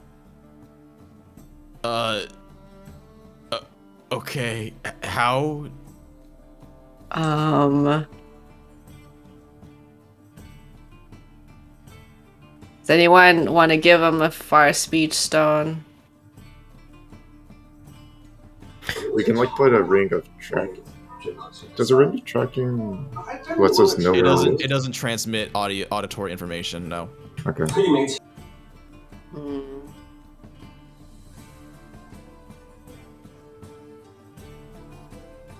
I will be very forgiving if you don't leak of our identities to this punchable McGee face. Here's a stone that you should keep and talk to us the next time he comes in. And if you dare tell us of our interrogation or the fact that we are here, you're gonna find a lot of coal in your sack next time Christmas comes by. Anything but coal. I don't think I can take more coal. Alright. I'll do it. Just Yeah, I'll give him a stone for a speech. Okay, you drop it in front of him as he is still tied up. Okay, never mind. I'll put it in his pocket if he has any. Okay. Yeah, that works.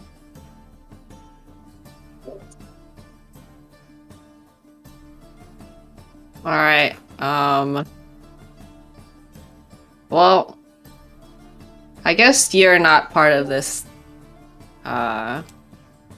this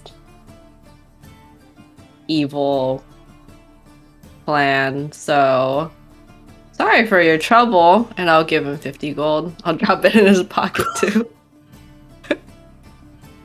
I'm very confused. We'll put you back in your shop, I guess. Don't tell anyone about this, and you dispose of those Warforged bodies, okay? No, consider it done. Alright. Tap his forehead for extra effect. I'm gonna do random mumbo jumbo signs in front of me. I'm gonna be like, alright, I know exactly what you're doing. I'm thinking. I like to think it's over. I'll kill you. Roll performance, and I like to think like while you're doing this, you like tap into a little bit of that draconic sorcerer energy, as like you surround your visage with a soft red glow. Go ahead and roll performance with advantage.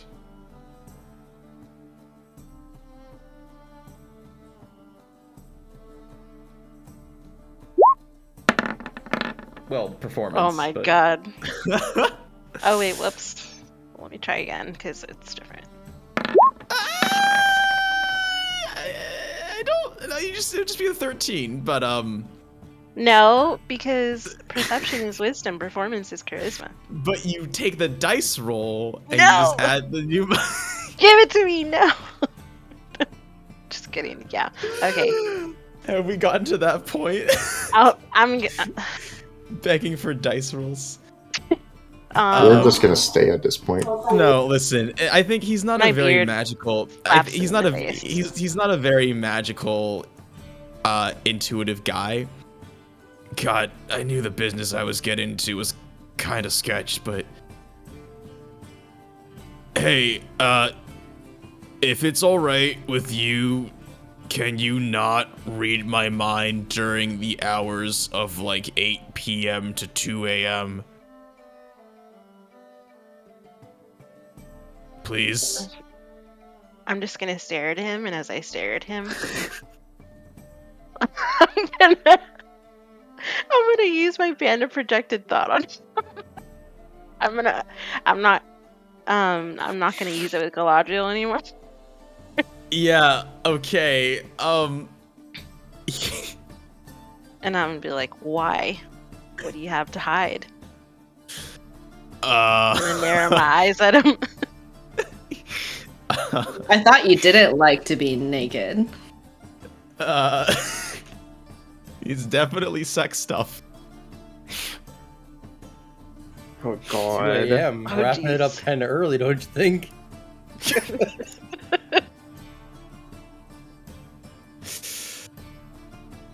So, can I go? Or... Well, you are still on the naughty list, so you better help us out, and now maybe we consider taking it off of you. You're, like, legit, I've been a bad boy. I know. I don't do clean work. It comes with the job. Okay, but I guess I'm gonna have more fucking cool on your side. No, but I have a daughter. I have a kid. She's... just, you know who she is. Just be nice to her, okay? I'm gonna roll and say.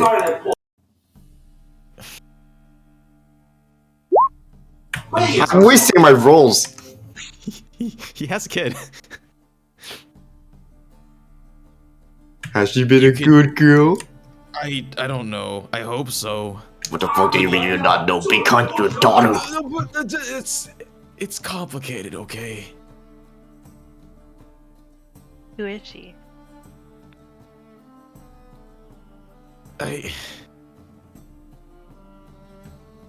I'm not... speak telepathically. Who is she? Where's the girl, Harvey? Where are the drugs? Where are the girl, Harvey? I'm not a good person, and I'm an even shittier dad. Listen, her name's... Rachel! Where is she? God. Her name's Helen. She lives out in the slums. If you see... I mean, I don't really know if she looks anything like me anymore, but, I mean, you're Santa, you know everybody, right? Why, of course. I may be a very busy Warforge, but that doesn't mean that I don't take my attention away from the good boys and girls. Yeah. No, you just be nice to her this holiday season, okay? That's up to her. Okay. You guys, I guess, take him back. Alright, and he starts disposing of everything. I'm assuming you untie him. Yeah, I'm just gonna take that. We'll untie him when he's back in the shop. Okay. Let's go over to our sewers. Oh, what happened to my turn order? Oh, right, we're back at the top. Okay, Galadriel, it's your turn. Okay, so I'm gonna move up another 30 feet. Mm-hmm. My movement, and then I'm going to shoot at the robot that has the hunter's mark on it. The one that has 100 marks fell, so you can use your bonus action to transfer it. Okay, so yeah, transfer it to this one right here. Mm-hmm. Whoops. And then I'm gonna take 2 longbow sharpshooters. You're using a lot of arrows. Well, we'll see. If you run out of arrows, then whatever. Okay. I'll figure it out. Yeah. I think it's tracking ammo anyways, but...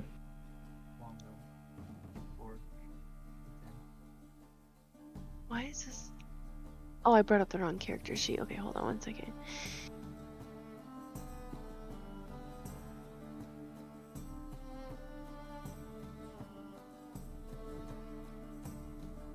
Roll20's not being nice to me. Where'd it go? Uh-oh. There it is. Okay.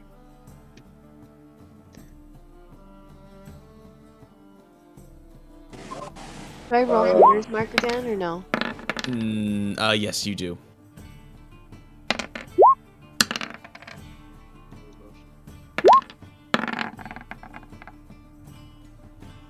Okay. Just remember you're not using a spell slot for that one, but you know that. Yeah, it's just a free, because it's just a bonus action. Yeah. So the first one's gonna hit, and you do a total of 20 damage as another bolt rams into this Warforged, sending it stumbling into the wall a bit.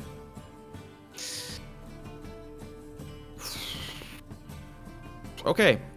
Next up is going to be one of the new Warforged, who's going to step forward just out of reach of this lightning mess, and it is going to cast Hold Person on Ganondorf. It's Is going to Yoshi cast... good to go? Oh yeah, you can have Yoshi move up to you if you want, of course. Sorry, Okay. I forgot. I just wanted to ask No, before we no, move no. any further. Definitely go for it. Yeah, it's gonna cast Hold Person. It's gonna upcast it actually. So I need Ganondorf and Odin to make Wisdom saves. Does that qualify as a ranged attack? It's not really an attack because attacks would require an attack roll. This one's just a you roll to save.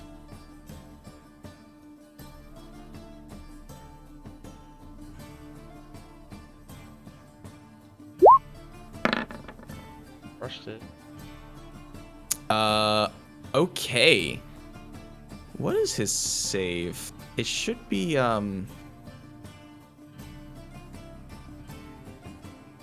Wow, I'm bad at this. It should be... Did I seriously forget to do this? I have it on the Cleric, but not on the Caster? Bruh, okay. Okay, real quick. Spellcasting modifier is Charisma. So the save is going to be 10 plus Charisma, 14. Okay, so... Oh, I guess plus Proficiency, right? I'm so sorry. This is gumming things up. I'm just gonna invade somebody's spell sheet real quick. I'm looking at Isarya's. Your spell save is 14, so it looks like it's... What the heck? Why can't I do this? I should know this. Spell save DC is 8 plus proficiency plus spell casting. Okay. So sorry about that. So it is gonna be 8 plus 3 plus... So, okay. Plus 8 plus 3 plus 8 plus 7 is 15. Okay, so so the spell save is 15, which actually means Odin does fail. Okay, both of you. Oh shoot, Odin's in the water. I completely forgot about that. This is gonna be even worse. Oh dang. Okay. Yeah. Ganondorf, you fall to the ground and you just barely avoid falling into the water.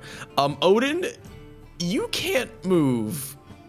And you're moving down the stream incredibly quickly. So, Josie, I have a potion of remove paralysis, but I can't use that. Right. You know, when it's your turn, we can... Let's workshop it, because I think that's interesting. Okay. How about this? Right before this paralysis spell takes effect, your keen instinct from your danger sense, you know something's up, and you draw... You like pop out your potion of paralysis. And before you're paralyzed, what do you do with it? I guess remove paralysis. I'll drink it myself. You drink it. Okay. Yeah. So you, as your arm begins to stiffen up, you like go full rigor mortis just as this potion touches your lips, and as you're falling backwards, it sort of just dribbles into your mouth, and you catch yourself before the paralysis fully takes effect, tossing the flask aside. And I guess that would be your action. Is that like? Yeah. I thought it would be like a reaction 'cause it's on their turn, right? Or is that counting for my turn? I guess. I'm I think okay I with admitted it that either way, I was potions just- have been actions. Potions have been actions, regardless. Yeah. It just makes sense for you to be able to remove your own paralysis if you have a potion that can do that, because otherwise that kind of sucks. Yeah, but you can move, and of course you can use your reaction to try and get Odin up, because Odin is just a pretty yeah. He's on Friday. When he moves down, he has again on his turn he will move. So when that happens, you can go ahead and try and get him up. Okay. Then can I transfer my hex as a bonus action? Okay. Do they have to be dead for that? I'm just checking. Or can you do whenever? Works the same as Hunter's Mark. Then they have to be dead, I think. You can use the bonus action on the subsequent turn of yours to curse a new. Oh wait. Oh. Okay.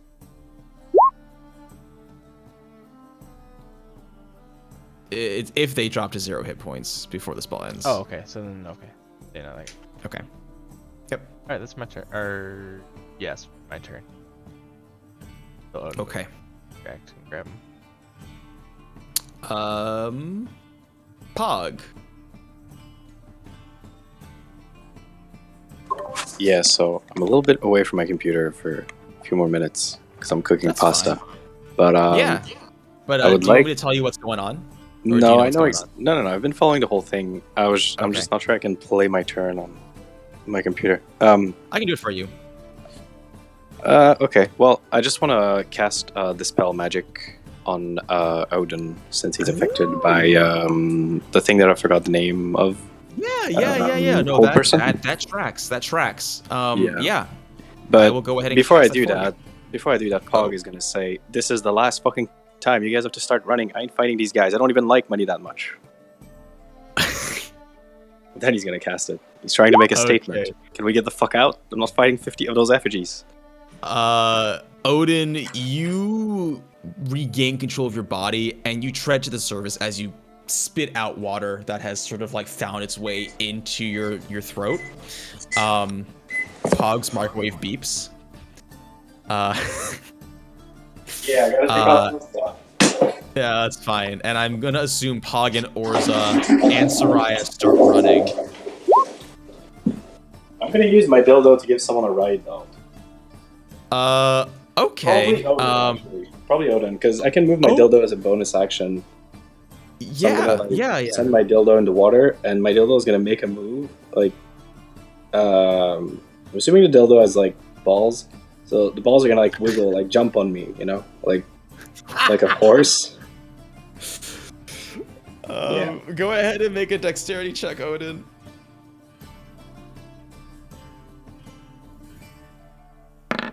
It shouldn't be too hard, right? It's a girthy dildo. No, it won't be. Yeah, Odin, I'll let you decide how you want to ride this Grip thing. it tightly. Okay.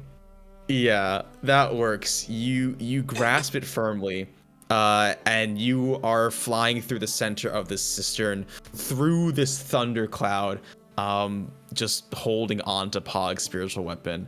How far can it move? 60 feet? Yes, but if it's carrying someone, it's probably half, let's be honest, because...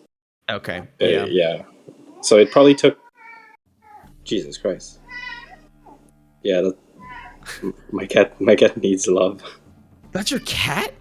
Yeah, that was my cat. I thought that was a child. Yeah. No, he's just really upset because we changed daytime saving here, and he's not used to the new schedule yet. So usually he's allowed to go out at this time, but now he can't. So he doesn't know what's going on. He's a little bit pissed off, yeah. Poor baby. Yeah, it's rough for him. Well, that's on him, though. He should understand time and clocks, so I don't know what to say. Fair. Yeah. Oh, okay, shut the fuck up.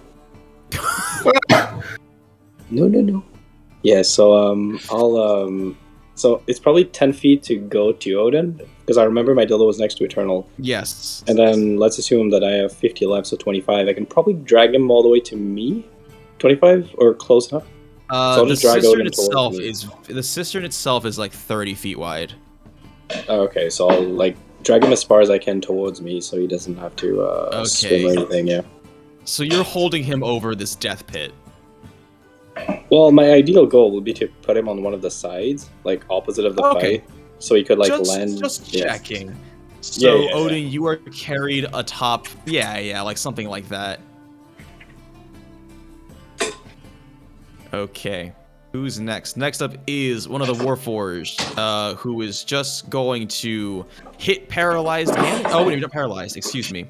But he's gonna hit you twice.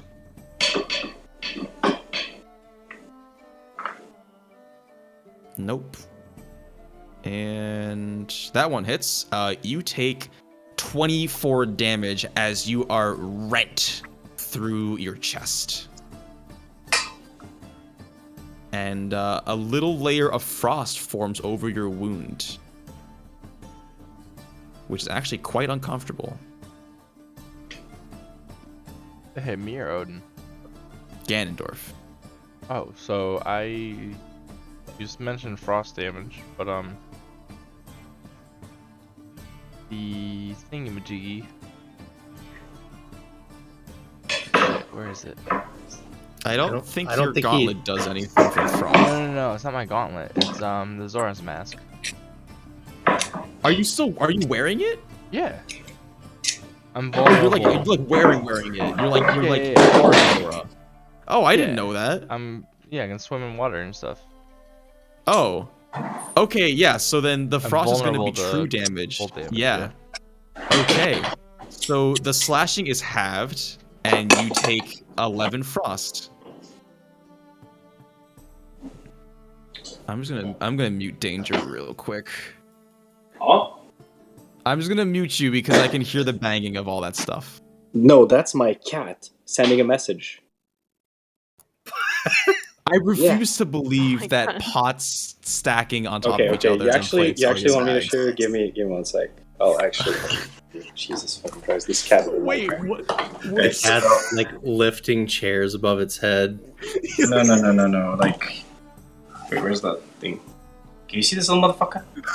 Oh my god, he's so cute! See, he's playing with his brush and he's slapping it on the ground, so it makes a lot of noise. That's what he's doing. He's a little motherfucker. I don't know. It looks like he's doing nothing. The problem is he just wants some love. No, he's playing with that shit. That's the thing he's playing with.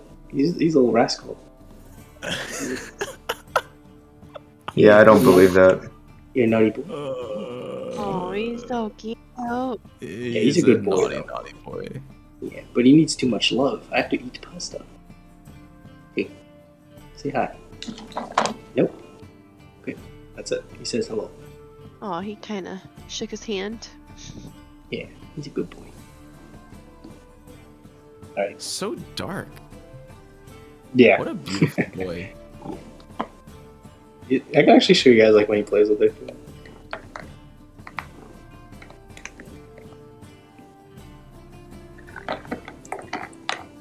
I'm done with D&D. I'm here to Yeah, watch it's cat cam now. Dangerous Cat. Yeah. Yeah, he's a little motherfucker. Honestly. Alright. Can you go nap? Yeah. Alright. I'm gonna go eat pasta now. That's enough cat. Alright. Thank you for gracing us with your presence. Good investment. Still the worst name for a cat. Okay. Odin, Ganondorf, I need you to make some dexterity saving throws. That sounded cat-like. That sounded like a cat dash. Yeah, I muted myself because he's not gonna stop. Yeah. That was him pushing himself off the chair and making noise. So I'll just mute myself for a bit while I eat. Everybody except for Ganondorf fails, so everybody is going to take 20 lightning damage as they are struck by this thundercloud. Ganondorf, you take half and then another half, so 5.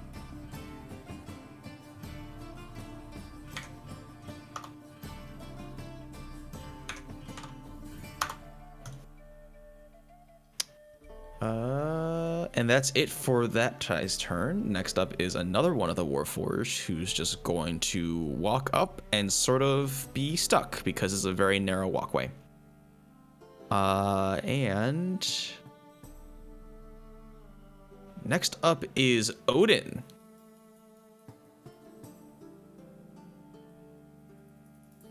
What is Odin doing atop his steed?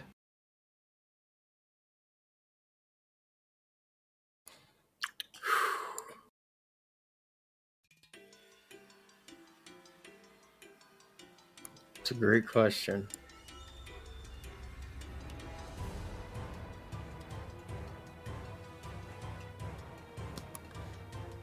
All right. I'm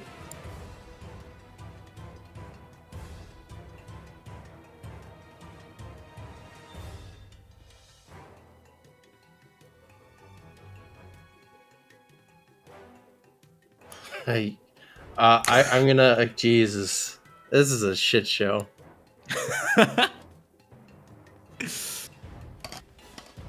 All right. I'm gonna use my action to dash, and we run in. Yeah. All right. You hop off the dildo and you run 60 feet and sort of join the opposite side of Hildorf Pog and Orza. Okay. And then that's the end of my turn. Sounds good. Next up is... Where's this guy? What is this guy? You're nothing. Are you? Who are you? You're nothing. Wait, literally, who is this guy? Why can't I find him? Oh, he's the dead guy. Get out of here. That's why I couldn't find him. Okay, next up is the fighter that looks real bad. But Ganondorf, it just sort of hobbles up to you. Its metal is bent in weird ways, but it's going to go ahead and just attack you. Twice, with advantage. It moved up to me? Huh? It moved into melee range? Yes.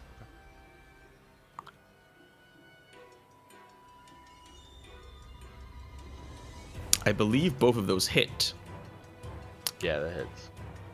Is that elemental cold? No, this one I think I said was fire, so it would still be halved. So that's gonna be 21. So half down to 10, and then that one's half down to 11. So 21 damage total. Is but a scratch. Yeah, you'll be fine.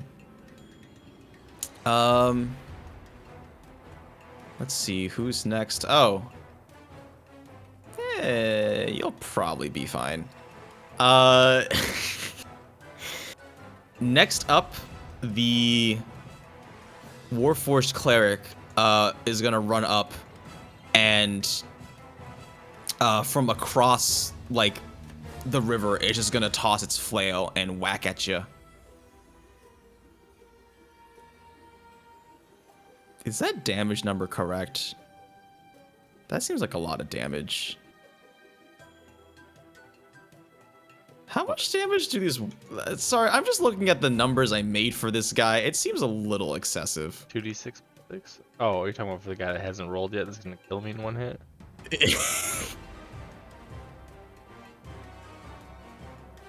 Actually, no, I see how I balanced it. Okay. So Ganondorf, you are bruised and battered, and from your periphery, you see, well, listen, there's 8 people, all right? I gotta balance it somehow. You see a large glowing spiked ball encased in radiant energy, come hurtling in. It's not a spiked ball. It's not a spiked mace. It's a flail. So it's like a little metal nib thing. I don't know what it's called, but it's encased around it with this holy energy that seems to like make it larger than it actually is. And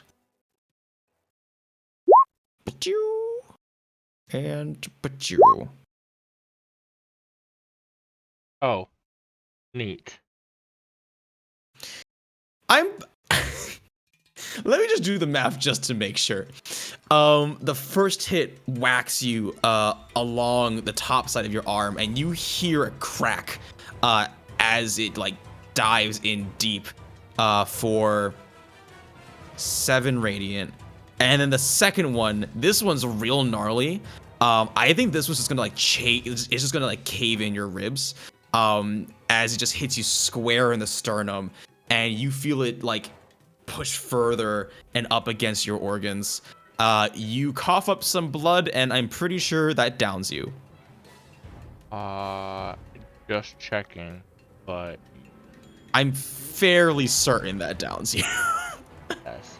That radiant damage isn't like from a spell or anything like that. It's not like a I mean, it would still be halved for you. It would still be halved for you. No, I was that's trying not to from a find out spell. if there's like a spell that was affecting it, but No. It's good. Yeah, I'm down. Yeah. Okay. Yeah. You cough up blood, keel over, and as the rest of you guys. Well, you know what? I'll leave it up to you. We can call it there. What do you guys want to do? Do you guys? I know the ones who are outside, you don't know that this is happening, but you can communicate through your stones of far speech. Yeah, well, Ganondorf is a half-orc, so I mean. Oh yeah, go down to 1. Yeah. Okay. Really? Fine. With the mechanics of our classes. Well, I'm just listen. I'm being. No, you're right. Listen. You're right. No, I'm saying is that you got one. How you're going to handle this is up to you at this point. Pretty fucked.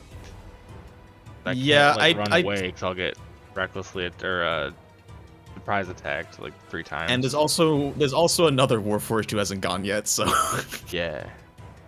So yeah, I don't think you have a lot of options, all things considered, other than the fact that I just said, hey, you're not dead yet. That's true. Let's see how this plays out. Let's see. I mean, I think regardless, you're gonna get hit by this because of the way spells work. Like, even if you take half damage, you just go down. Is it? Well, shoot your shot. Shoot your roll. Do it. All right. I mean, I don't know what spell you're talking about until I see it. Yeah. The last Warforged casts Magic Missile, and I won't be mean. I'm not gonna make you take. I'm not gonna make you take 3 failed saves, but it's just gonna cast Magic Missile, which can't miss by default. So. What kind of spell is Magic Missile? Magic Divination. Just in a 1 fucking million. It's Evocation. Oh. Ew. Why do you keep asking that, by the way? Just wondering.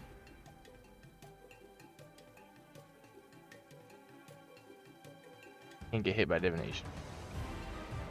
Oh, I see. Yeah, I mean I don't think divination magic is ever going to be damaging. So. No, it's there's like 2 spells that are. I just don't know them all yet, so I'm trying to. Yeah. Okay, gotcha. Yep. Well. Yeah. No, I'm still down. Yeah. No, that's gonna down you like for real. You'll be fine. Okay. And next up would be Ganondorf, I guess. Go ahead and make a death saving throw. That's just a D20? That's just a D20, yeah. That's a fail. Take a failure. Okay, give me 1 sec. I'll actually log on my computer and play. Yeah, no problem. Because I have this brilliant plan, and I'm not letting you ruin it. Oh shit, I don't remember my password. Was Ganondorf at the end of the turn thing? Yes, that's why he rolled a death save. Okay. Alright. So what I'm gonna do is load the map. Okay, there we go. Oh, did I? Whoops, I skipped Galadriel's turn entirely. I'm so sorry. Oh, you can go, Galadriel. Galadriel, what do you do? Odin, Orza, and Pog are running towards you, and you just you saw Ganondorf go down at the opposite end of the cistern. I don't think I can do anything for him. Let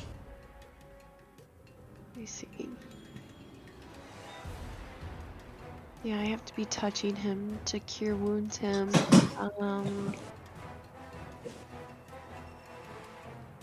And I'm still 30 feet away, right? You're 30 feet away from Odin's position. From Odin's position, okay. Which is like 90-ish from, well, probably not quite 90, more than 60 from my position to him. And I think as you're like thinking about what to do, you see Isarya, who was this mysterious woman basically that you've never seen before, but was with Odin and Pog and Orza, who says, "Listen, I don't know what you're thinking, but that guy's a lost cause." He's a team member. He's not a lost cause. He's...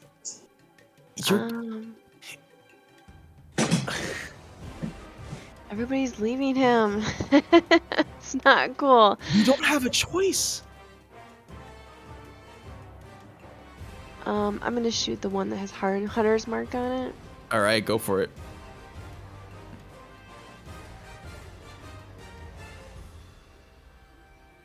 Actually, maybe I should move first. I'll move up 30 feet.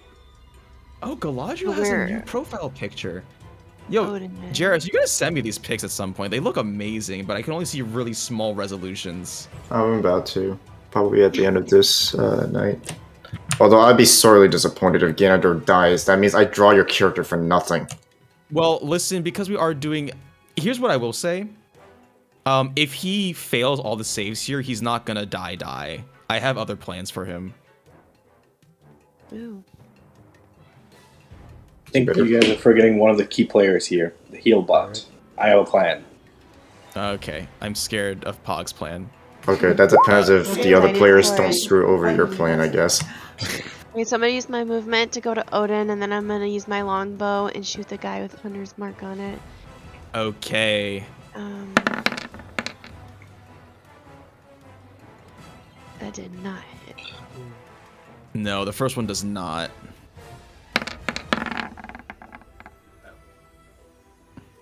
That one... unfortunately does not either. The first one just misses its mark entirely. The second one crunches up against this Warforge's tough exterior. Yeah, so both attacks do not hit. Dang. Alright, and then... let me see if I have anything else for my bonus action. Or is it... does Hunter's Mark... No, to maintain it, it doesn't require a bonus action, but you can do something with it.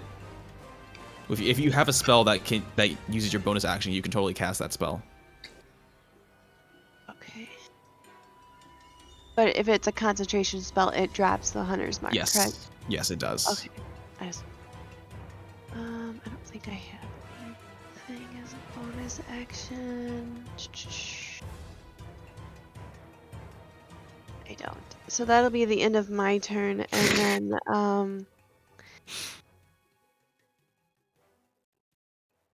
Yoshi, I guess, is just gonna keep following me because he can't really do anything when he's far away.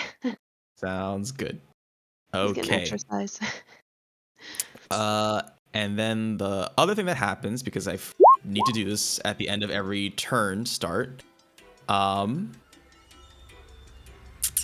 2 more Warforged appeared. Alright. Can I execute my brilliant plan? I guess it is your turn, so Fuck yeah. Alright. So, I'm gonna scooch forward a little bit. Okay. Like I did before. You have been scooted forward. I'm scooted forward. Then I'm gonna life transfer on Eternal for 44. So wait, that's 22. Yeah. So no, actually, I forgot that the Teenage Bible. So the Teenage Bible probably damages me, I would think, because it's +1 to cleric spells. But I'm not sure if it's the heal or the damage. I think it's the damage because the heal portion is a side effect. Damage. Yes, so the healing is doubled then. Yeah, it would make sense. So yeah, it's 23 times 2. That's 46. Yeah. Okay. So Eternal. Sorry, Ganondorf is going to heal for 46, and yes. then you should be at 46, not 44, by the way. Like you don't take negatives from your death. I'm just letting Ganondorf know. Oh yeah. Yeah. And then I'm going to move my dildo towards him, and now that I think back on it, my dildo should probably just be a chair instead, because. Listen, it is your spiritual weapon. You can make it look like whatever you want. Yeah, just for the future. I'm thinking this shit gives more ride than actual dick slap. But anyways, so my dildo is gonna show up next to Eternal and try to like whack like underneath him. You know, like pick him up, like in Aladdin when the carpet picks Aladdin up. That way. So I probably need to roll a spell check for this because I'm not relying on him to pick him up. I'm relying on my weapon to pick him up. Right. You know what, honestly, Pog, here's what I have to say about that. The caster's going to use its reaction to cast Counterspell and dissipate your dildo. Fair. Fuck! Alright, goodbye. Can I try to run away as like a reaction? No. I fly away not as a reaction. No. Oh, I gave it a good shot. Goodbye. Pog runs away. Yeah, all right. There's nothing else I can do. I don't have any spells. Yeah, bonus action. That's the end of my turn. Seeing as you're back up, here we go. Some more attacks as you're battered on all sides by some very angry Warforged. Oh, that one critted? Yeah, that one critted. This one is with the ice, so that's going to be... First one hits for 15. Second one hits for... let's see, 14 true damage, and then... I guess 9 normal damage, so... All that added up is something. 14 plus 9. So I guess next time when we're told to run, we run, I guess. Good. I got 8. Next up is the caster. Go ahead and make another dexterity saving throw. Dex save.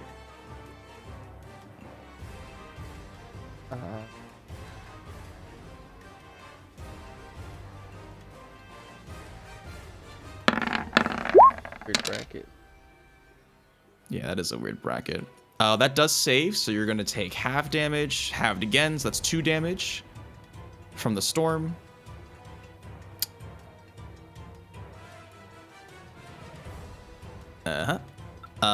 Next up is this fighter who can't really get to you, so I guess it's just going to try and get towards the escapees.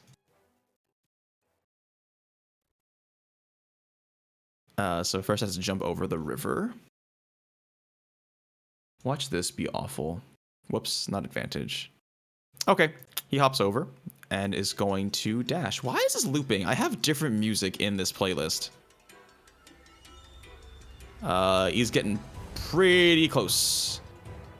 Go to the next one, please. You should not be looping. You should be going to the next one, which is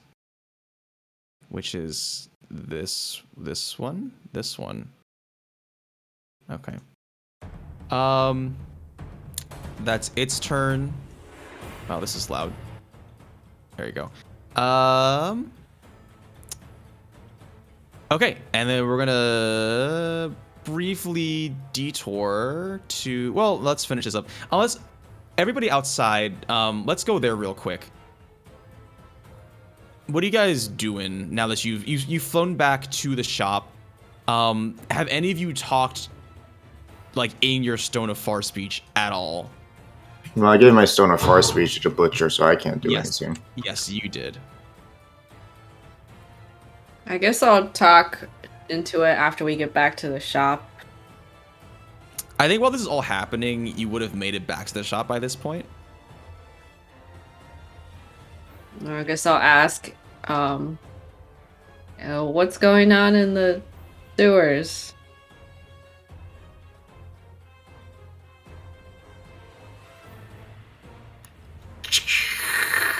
Fuck! I like that. I like that, yeah. Huh, that doesn't sound good. Do I have to keep this meat? You don't have to keep the meat. You just... Yeah, actually you fly back, he's like, where did all my meat go? Oh yeah, where did all the meat go? Oh my god, he told me to take it! You wanted to take it. No! Wheelie was like, take everything, take Oh. I didn't say, I said take everything that was like interesting or something like that. I didn't tell you to take the meat. I'm just gonna throw it all out in front. Well, that's... Please tell me you wash your hands before you touch that. Please. I'm gonna lick the back of my palm and just rub it all over the meat. Why are you like this? Why are you like this? Also, can you roll a Constitution saving throw? Just check that you don't get salmonella from raw meat. Oh, whoops. Okay, you're fine. Yeah, it actually tastes pretty good. Nom nom nom. Why are you like this?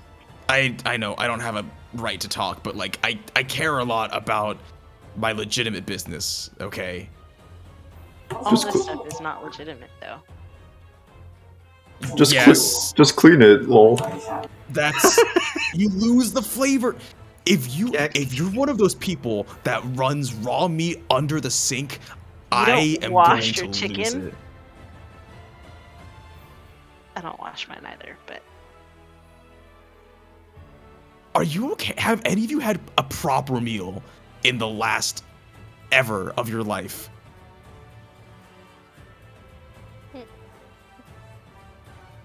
Listen, I know I'm a body disposal person, but next time you want good eats, you come right here, okay?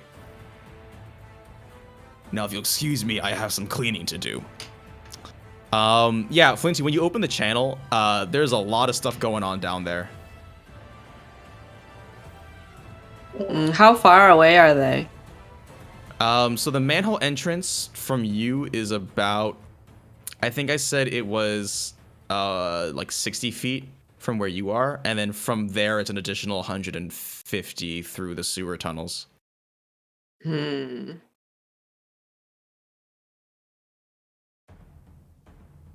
I guess I wouldn't know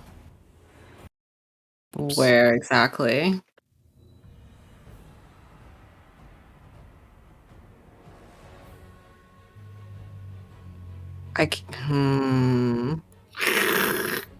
There's blood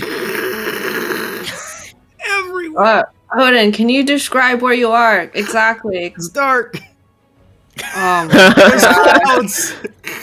I know where you are exactly. Because does anyone have a way to locate them relative to where we are?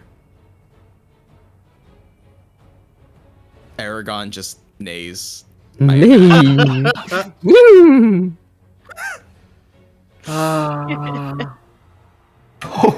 I don't know a fucking map.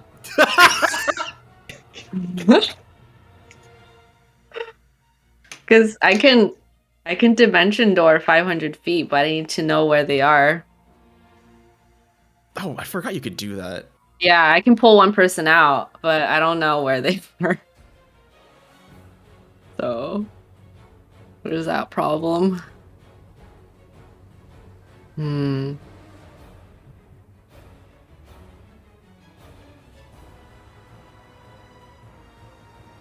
What if Eragon, you turn into a fly again and then you tell us exactly where they are.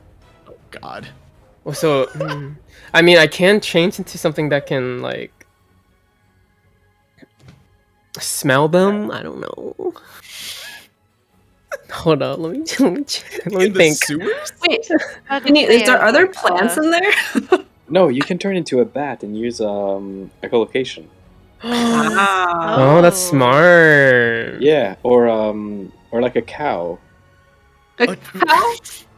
A cow might have some mobility problems. No, so we can all no. It's for the milk.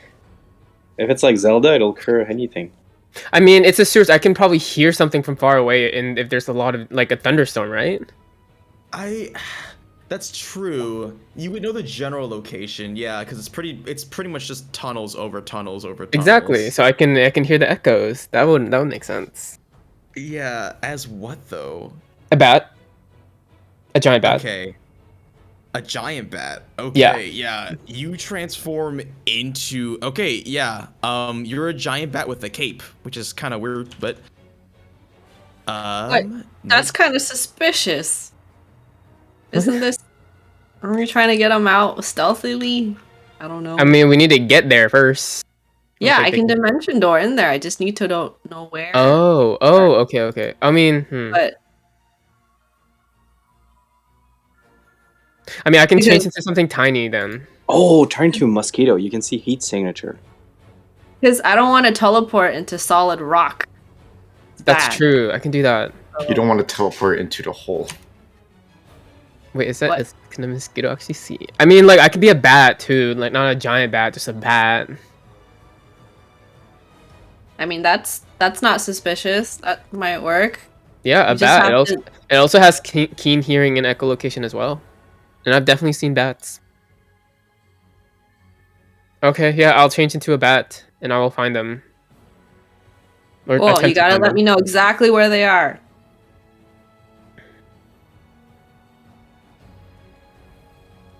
All right, Eragon, you turn. Let's take a little bit of liberty with the turn order here, because at this point it's pretty much Operation Save Private Ganondorf, or abandon him.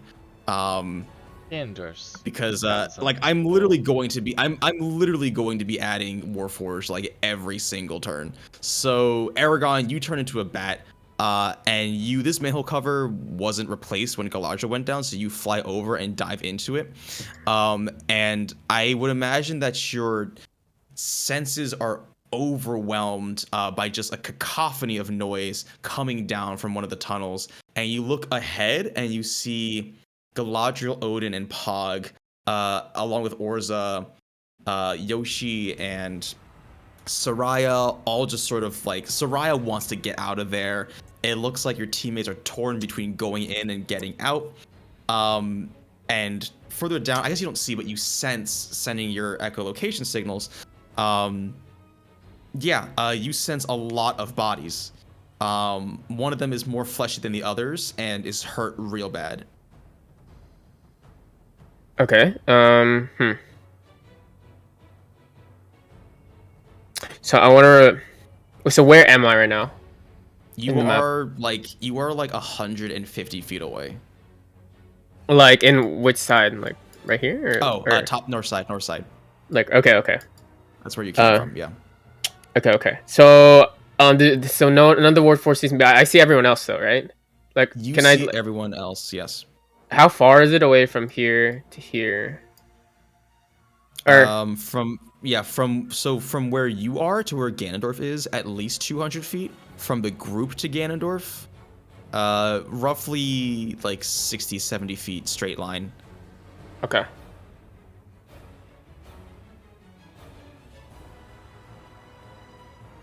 Okay, I'm gonna change back. I'm gonna change back to a human, or just to a wood elf, and I'm gonna tell Flinty through my far speech where we are, like the turns. Okay, so the thing is, how do you do that? So I traveled here. I found my way through here, and then I just remember like the turns that I took, and I relay it to them. Wait, if you turn back into human, how are you gonna get out? I have I can fly. Okay, well, that's not suspicious at all. I'm just. So you're like, are you reading out like? Okay, because there's a lot of. Because you're How many like saying tunnels are how there? much. Yeah, you're saying how much feet you've moved, because like, there's a lot of information you're missing. Like, I guess you can guesstimate depth, but listen, I'm not gonna think of too hard about it. Either you describe to me in great detail how this works, or I'm making you roll. I'm making you both roll because this seems like you'd have to tell her the exact paces you've taken from one turn to another, and then the degree turns, because Flinty has never seen the sewers. Okay, wait. So the Warforged the Warforged are coming from this direction, right? They're coming from the southern directions, yes. All right. So then, why can't Flinty just follow me into the sewers? Then I thought the whole point of the bat thing was to get me there. A bat gets there faster than a child-sized person. Because I was gonna dimension door in and then dimension door out. So it's a stealth mission because it's instant, or like 2 actions. I don't know. I don't want to. How would I relay that information? Why couldn't I just carry you? I mean, I guess you could do that too. I can be a giant bat. Like, if we're going into this direction, will we see Warforged along the way? I don't think you can retcon that information either, because maybe you should have thought about this before you. Okay, well, I'm still a bat, so it's still very inconspicuous. So I will maybe fly back to Flinty. Okay. Okay. And tell her to follow me. Wait. God, this is a fucking disaster. This is What? I don't want to go down there. There's like enemies everywhere. Oh, I flap my wings furiously. What? No. I don't want to arouse more suspicion. We're trying to escape. We're not trying to all go down there. What? Wait, so where's everyone else? They're not seen, right? The butcher shop! So if you look at the map, everyone's pretty much where they are. Yeah, no, I'm talking about like Odin, like Galadriel. They're still underneath, right? Yeah, in the they sewers. Exactly. So like, can the Warforged see them? Like, they know where they ran, and probably one of them is chasing after them right now. So I don't see why we can't just bring like other people to that same spot. They already know like the enemy's there. So why don't we just join them? Oh, just like try to brute force your way through this? Not brute force, just like get there, because they're obviously in line of sight of Ganondorf, and we can probably do something if we get there. The whole point of the dimension door is so that Flinty can see where Ganondorf is. That's what I'm trying to get at. Because every turn there's going to be more Warforged. We're trying to get out of it.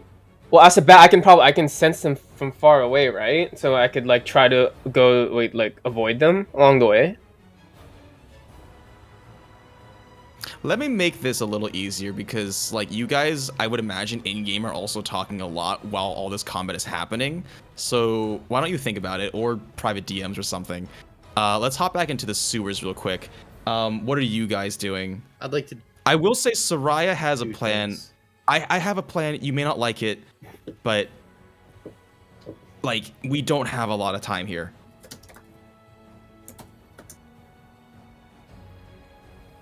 If you want to suggest your plans first, that's what I'm saying. We leave no one behind in this group, unless it's Odin earlier. But other than that... I have a plan. I'm gonna drink a water skin of special sauce. How many fucking plans of yours requires, like, serious considerations? Roll a D100. Wait. I'm gonna take a couple steps forward first. Fine, yes.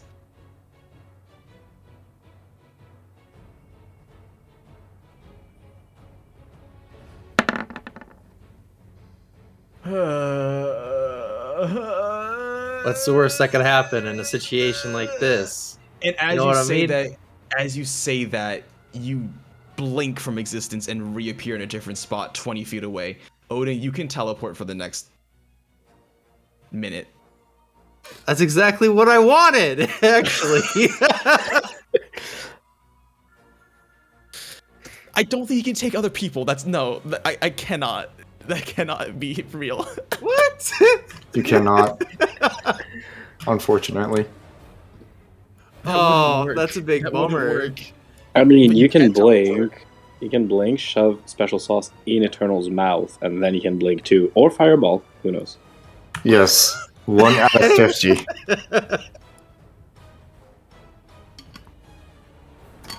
Alright, Or you could also throw him a rope, maybe. Yeah,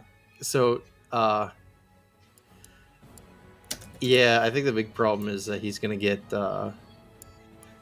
yeah. Alright. Opportunity attack. Shoot my shot here, Joe. Go for it.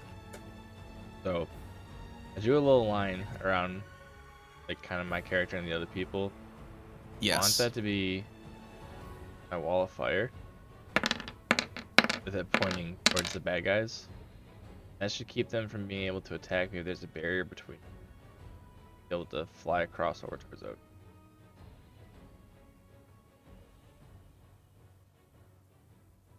Would that keep them from attacking you? Well, they would have to take. They would.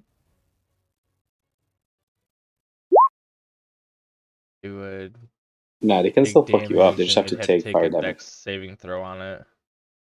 Actually, you know what? Honestly, you cast that, and the caster casts counterspell because frick you. Oof. Yeah, we don't like. You guys saw how they disenchanted my dildo. We want to go with like items, not fucking spells anymore. Like the price to just get him out. Okay, wait. Why don't I just? Okay, wait. I have an idea. So I find them, right? I do have the ability to get there, right? As a bat. Again. Yeah, you can get there. So can I fly there now? Like, can I say that I'm like right where everyone else is? Yeah, well, this is all going on at the same time. I'm just really curious. Okay, so then I want to cast. I am gonna say I have no idea if this is like legitimately possible, but if it is, it's gonna be incredibly difficult because they have a lot of tools and bodies. So I want to cast Polymorph on Odin, and I want to transform him into a Quetzalcoatlus. Is that a dinosaur? No, that's the bird from the Mayas, I think. I'm pretty sure. Like the bird god, Quetzalcoatl? Yeah. Quetzalcoatlus. It's the Papa, motherfucker.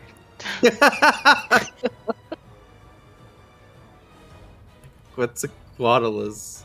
Quetzalcoatlus. It's kind of like hippopotamus, but different. But it's basically based on the god of the god of Quetzalcoatl. Yeah, it's based on the Mayan god, but Quetzalcoatl. Wait, now Odin's a teleporting bird? Wait, what the heck is this? This thing is terrifying. Do you see this? Yeah, he's pretty. It's not what it looks like. It's what it can do. It has flyby. What the heck is this thing? It's huge. It is a dinosaur. What is No, this? it's not. It looks it's not. so ugly. Yeah, Wait, it's the size of a giraffe? What is this? What do you mean it's not? It literally. Unless I'm okay with this. I just like what is going on with its body. No, I mean I said it's a so dinosaur, and you said it's confused. not. But I'm pretty sure. No, it's Wikipedia Is this says real? it's a Pterosaura. What? It's real? No, it's From not the real. late It's a Mayan god. No, it's not real. Cretaceous. No, there's From a the freaking late Wikipedia article. Quetzalcoatl It is the says- Mayan god, but I'm pretty sure scientists could have named a dinosaur Quetzalcoatlus. Like I wouldn't be surprised if they did that. It's a pterosaur known from the late Cretaceous period. Yeah, There's a skeleton. the goddamn dinosaur. This thing It's looks real. ugly. This thing Okay, is so- incredibly ugly. Okay, I so hate what? this. So what exactly is the plan of having a teleporting giant bird? It's not a teleport. I mean, it's more the fact that it can just fly out without invoking opportunity attacks. That's the whole reason why he can't just fly out, right? Okay, so sure. What exactly is the goal here? All right, To so I'm get gonna him teleport, out? and I'm gonna go next to Ganondorf, and I'm gonna fly away. Yeah, I'm And we'll not see what gonna be so happens. mean. I would have made you roll intelligence because you have an intelligence of 2. I don't really know if you'd be able to comprehend complex instructions, but I'm not gonna be that mean because this is cool. And polymorph is...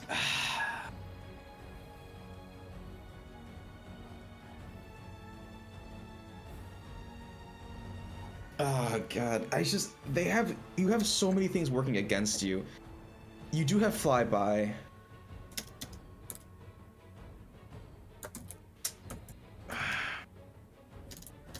What spells do my mages have? Yeah, Galadriel, what are you doing, Galadriel and Yoshi?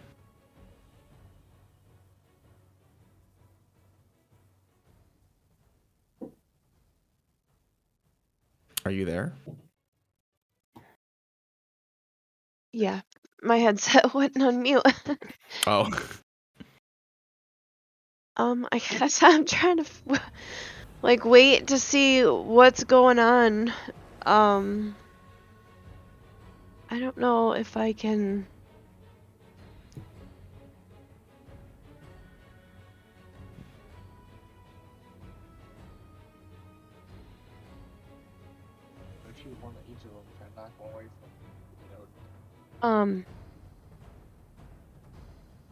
I'm gonna try to shoot the one with Hunter's Mark on it again. Go for it.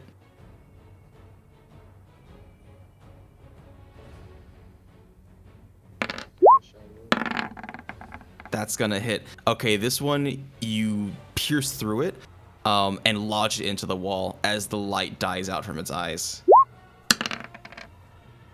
I wasn't sure if I needed to roll that. No, don't worry about it. It was still good to do that. Okay. Go ahead and make your second attack. I know we're kind of like in like weird pseudo initiative, but there's just like a lot of moving parts here. Can I transfer my Hunter's Mark over to this guy? Yeah. And then my second attack will be on him.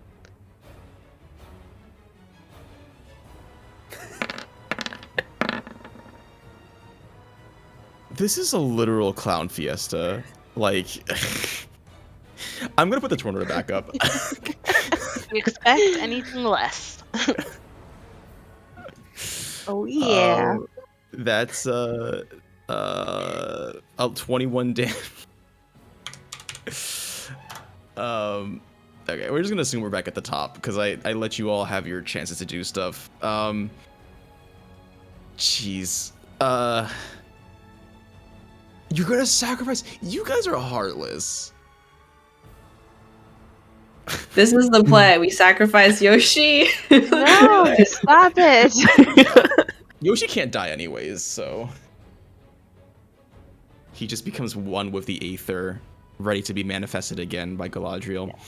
I guess it's Yoshi's turn.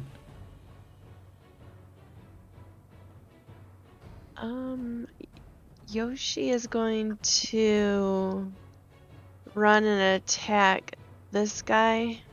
Okay, he will have to make an athletics or acrobatics check to jump over the chasm. Alright, let me get his character sheet up. Isn't charge like a gap closer for him? Charge, strictly speaking, doesn't close the gap. It's just whenever he moves like a certain amount and then also attacks, he gets extra damage. Yeah. So it doesn't give him extra movement. Roll dex. Yo, Pog's hair is amazing. Yes. Nat 20. A nat 20. Yeah, Yoshi does a flip. Actually, Yoshi legitimately just hovers through the air like Yoshi does. Go ahead and make an attack. Yes. And I can use charge on this. Yes, you can. So do I do maul first and then hit charge, or charge Charge to see if it maul first to see if it hits, and then if it hits, you add on the charge damage. Okay. That is not gonna hit, unfortunately. And Yoshi bashes his head up against this guy's like thigh, and you hear like skull against metal as a resounding clang resonates throughout the cistern. Is everybody here in initiative? I'm just checking. I think some of these don't have initiative, but all the players are in initiative. I think this guy needs initiative, and I think this guy needs initiative. Am I there? Yeah, you are. Okay. All right, so Where's that's the end of Yoshi's turn then. Okay. Next up is the caster.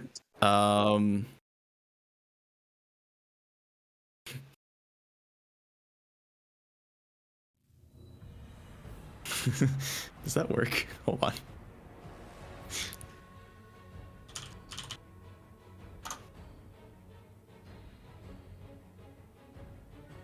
Nah, that's boring.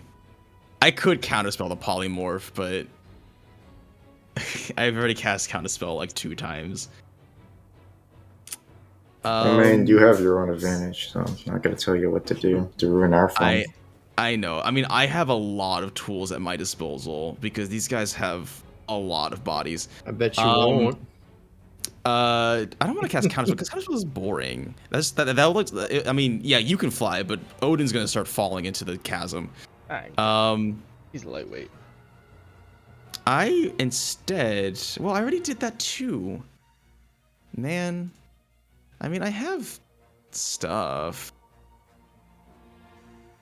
What if we did this? This seems fun. Okay. I am going to need...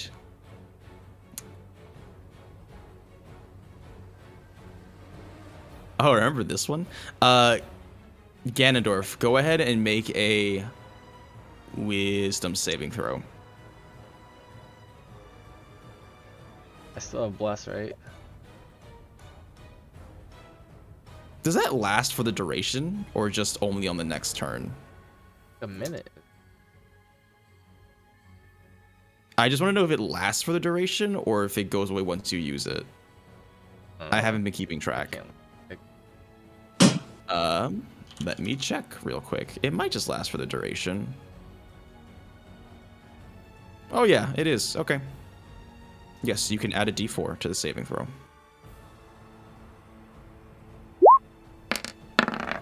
Thanks. Ganondorf, the caster points towards you as its eyes flare with magical energy, and you have been basically commanded to surrender. It's not taking direct control of you, but as your mind is racing and thinking of how can I escape this, you a racking, piercing headache pierces through you, that threatens to honestly take you out because of how bad it is. Well, he's still polymorphed, right? This is Ganondorf, not Odin. Oh no, I thought I was gonna polymorph. I was saying to polymorph Ganondorf. Oh. Yeah. Not Odin. Well, you did not specify, so. Oh, I did. I thought Odin was polymorphed. Did I misunderstand this? It was Ganondorf that was supposed to be polymorphed. I misunderstood it as well. Okay, so literally both of you did not clarify. No, but yeah, Eragon said Odin, but I think he was meaning Ganondorf. Did I say Odin? You said say Odin. I'm so sorry. I did not mean to say Odin. I meant to say Ganondorf. I even yeah. I even was saying saying why I did Ganondorf instead of Odin in the no DM chat, but I guess yeah. Sorry. Well, I mean. Do we retcon this? No, this is just. I don't think anyone fix it, so. Yeah, it seems Done is done. Yeah. In any case, Ganondorf, some weird command spell has been placed on you. Speaking of which, it is your turn. Careful what you do here. That's what killed me last time. So You've been commanded to surrender. I can still do stuff, right? Yes, you can just do stuff. How does it work? I just have to like roll a thing to see if I can. No. Let's put it this way. When I had it on me... You are a Quetzalcoatlus. You can't talk. You can telepathically do it. Oh no, I don't. Not this. Let's see what he does. He can. It's like a shitty Let's see what he does. Let's see if he dies to the same thing I died to. Wouldn't that be ironic? Oh, can someone like cast like a crab illusion? We're like floating in the air. We're not exactly here, are we? Odin just reached you, and so I think you're like preparing to run. But if I move, this guy's still gonna get an opportunity to attack on, right? Yes. 2 of them will actually. Well, one guy's across the river. He shouldn't. Guys, made it range. It's got a 10. It's got a 10-foot reach with its flail. Ooh. That's why I could attack you from that area in the first place. Right. How much did the greater healing potions do? I wrote that down. Let me check my list. 4d4 plus. Mm-hmm. Oh.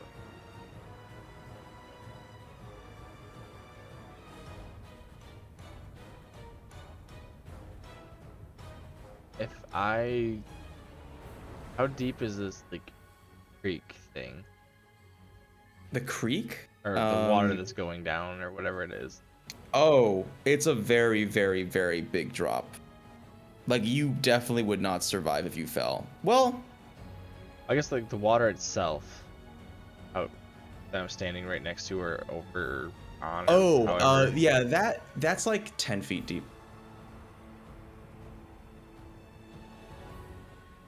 So if I jump into it, would get an opportunity attack if I go into the water or under the water? Yes, an opportunity attack is whenever you are within melee range and you leave melee range by whatever means. Even if you're forced out of melee range, you would still get attack of opportunities if they choose to do it. How's this guy looking?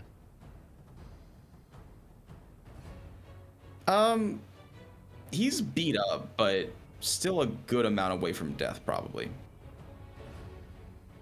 There's literally not shit I can do. Fucking die. Or at least it's pretty good. Can if I'm polymorphed, can I still use like reactions and stuff? Yes. Oh, you can? Take the move. Yeah.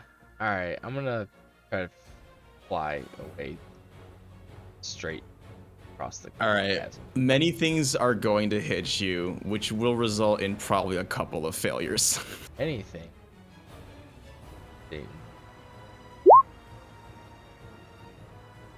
That one I'm hits. gonna intervene. Okay.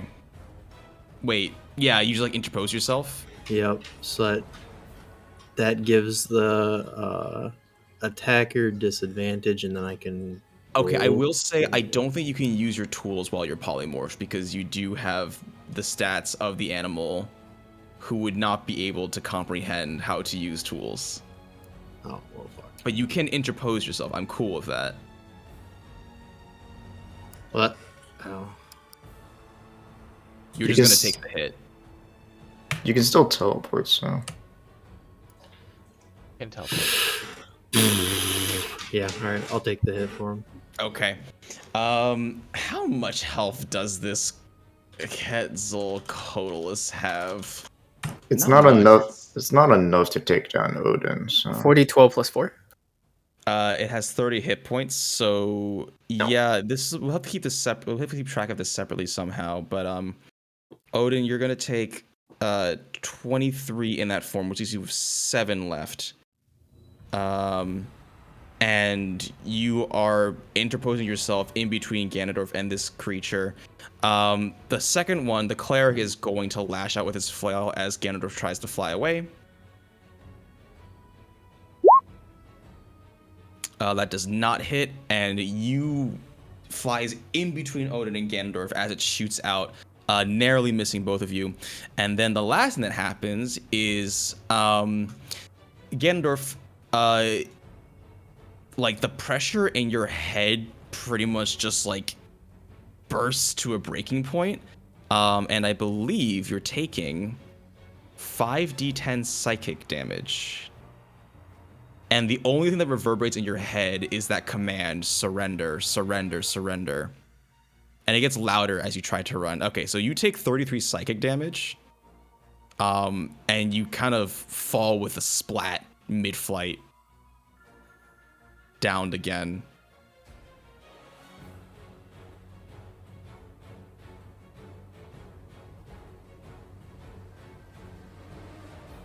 Yeah. Yep.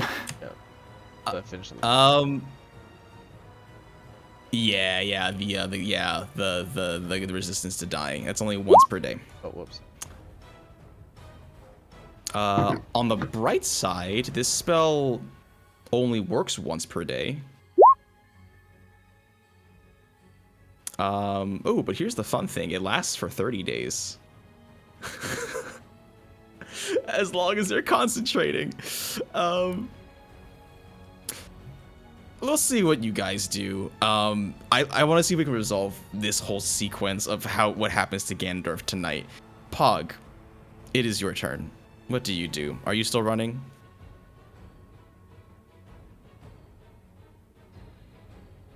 I think at this point, yeah. Okay. I mean, I can heal him again, but it's up to you, man.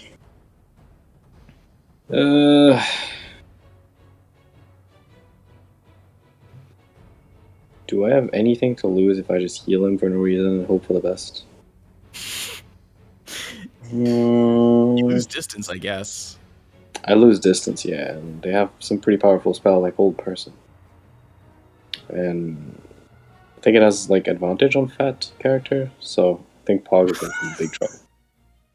So no, Pog will keep fleeing the scene, and he's gonna go back towards the team that's upstairs. Okay. Yeah, I like this. You and Orza go towards the ladder. And Isarya says, just keep going that way. They're not gonna like this, but I have to do something. And you see her, she picks out a small shank, and you see her start scraping some of the bricks on the side of the sewers. And she seems to be digging something out. Like the mortar in between the bricks. Yeah. Well, I think I'm just gonna keep going up. I don't believe. Nah. Pog would probably not even hear if he was like in a hurry to go up either. Yeah. Okay. Sounds good. Yeah.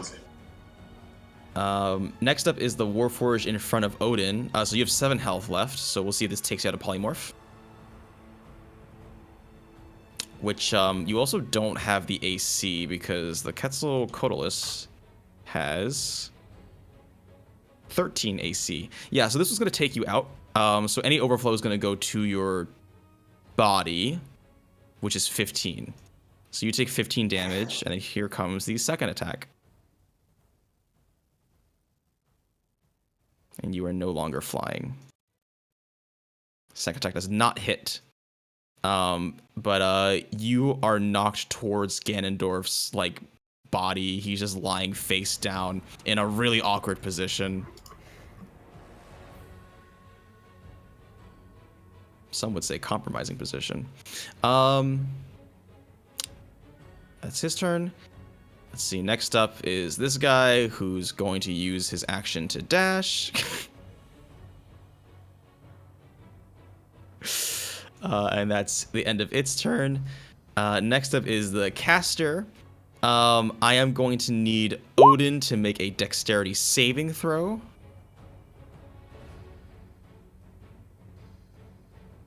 pretty sure Ganondorf, you just take a fail. This guy saves, and so from the thunderstorm, you are going to be taking 3d10 on a fail. Real quick, Josie, because I haven't been utilizing this, but since Desperate Times, I don't know how this works exactly. My shield... Oh, here, let me just... It says on dexterity, saves. You can add your shield's AC bonus to any dexterity saving throw you make against a spell. That target's only you. Oh, that target's only me. Oh, okay, because it's AoE, then it doesn't matter. Fuck. Alright. Yeah. Well... Yeah, that's that would be only against like single target. I guess realistically, because AoE you wouldn't block AoE behind a shield, you would just get hit. So you don't save, you're gonna take 13. Ganondorf takes a fail. And this other guy takes 6.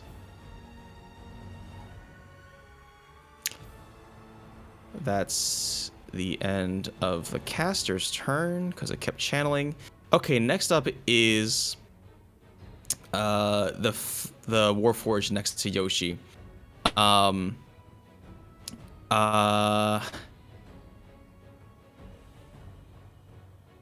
I think it's just gonna start cleaving through and trying to make its way through. So let's see how Yoshi fares up against this guy.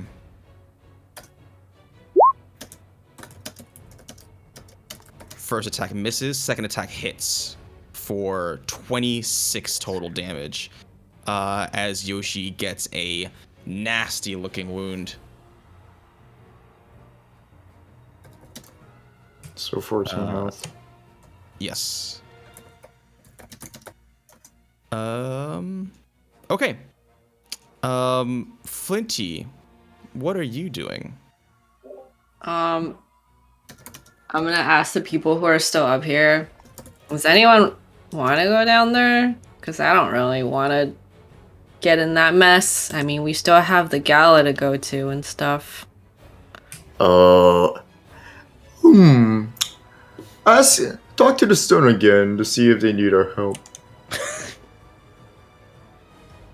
Hey, you guys good or what? It's looking kind of sus, to be honest. Apparently, I miscasted on the wrong person, so... Well, wait. Eragon, can you still fly out? Oh yeah, I can totally fly out. I remember where to go. Are you still a bat? I'm not a bat, but I can fly. Oh, okay. Well, Well, yeah, does anyone else here want to go down there? What am I going to do? Say, I am the Warforge. I am here to tell you naughty boys to stop fighting. Worked for you once. Wait. Josie. Yes. This is a out of character question, but if someone, so let's say, like, theoretically, if there were like another creature that had flyby, if they go and pick them up, would they get hit? Like if they were picked up? The flyby creature. Well, Odin's no longer in creature mode anyways. He was knocked out of polymorph. I know that. I'm talking about like if there were other creatures. But technically speaking, if Odin had, I mean, I guess technically speaking, if he were conscious with flyby, he would not get attack of opportunity if he was removed by an external force. Oh, so what I'm asking is like if a creature with flyby comes and gets them, would that provoke opportunity attacks on them? Because the whole point of flyby is like they're too fast for them to get to reach, right? Well, the creature doesn't. The creature doesn't have flyby. It's only on the one that has flyby. So. No. But thematically speaking, it would make sense for them to be too fast for anything they're carrying to be affected. I might have you roll like a dex or strength or something just to see, because picking up a creature would require some doing. Okay. Yeah. So yeah, I would let it apply. It just wouldn't be guaranteed. Okay. All right. Anyways, it doesn't sound like anybody is super interested in going down, which I'm cool with. Yeah, I don't want to blow our cover either, man. Yeah, I still need to attend the gala. Oh my god. Okay. I don't want two of our people to die. I don't care, actually. They weren't I going do. to the gala anyway. Oh my god. Well, in any case, Psychopathic. Eragon, it is your turn, Eragon. Okay, so I want to conjure a creature. Oh Wait, hold on. jeez, this thing again. Yeah. Okay, how many tokens am I adding? Just one. Oh. So wait, did I do that twice? I'm gonna summon Quetzalcoatlus again. Oh, okay. That does not exist within the base game. Okay. So I'm just going to draw a giraffe because that's kind of what it looks like. Oh, okay. No, I'm gonna draw. Hold on, I got this. You ready?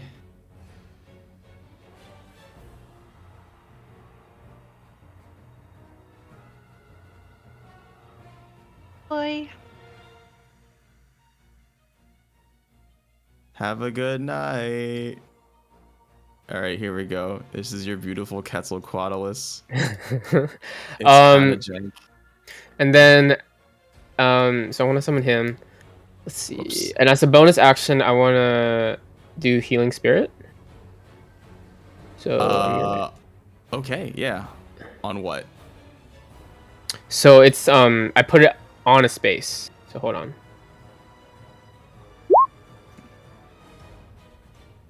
Oh, whoops. It's a penguin, by the way.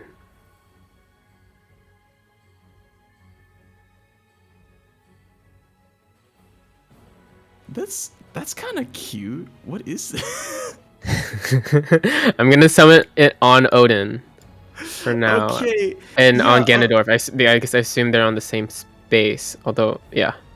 Yeah, I mean, it looks like it only heals. Oh, it heals anybody within the space. Yeah, so it can heal as many people in the same space. Up to your spell casting, so up to your wisdom. So it's modifier. 3. I calculated it's 3. Or I Okay. can use it 3 times, I believe. So I mean, rather, it can heal like 3 times basically. So go ahead. It says the spear can heal a number of times equal to 1 plus spell casting. So, Okay. So go ahead and roll 1d6, and Ganondorf and Odin are both going to heal for that much, I guess. Well, it was 2. So. Okay. Well, Ganondorf, Odin, both of you heal for 2 health. Ganondorf, you like with a gasp. Alive again. Does that wipe out my Yeah, you're failures? alive. Yes. Nice. Whenever you're stabilized, your failures go away. Cool. What do you want your Quetzalcoatlus to do? So I want him to go out there and pick them both up. Okay. Hold on, I'm refreshing my roll 20. It just like lagged really bad for me. Yeah. Yeah. I think the servers might be exploding right now. Okay, well, we'll just do it. I have the turn order at least, so I hope it's working again. Oh, is it? Yeah. It's like very slow. Hold on. Oh. And we're back, I think. Yes? Yes, we're back. Yes, we back. Okay. My map is loading in, so I just gotta wait for that to happen.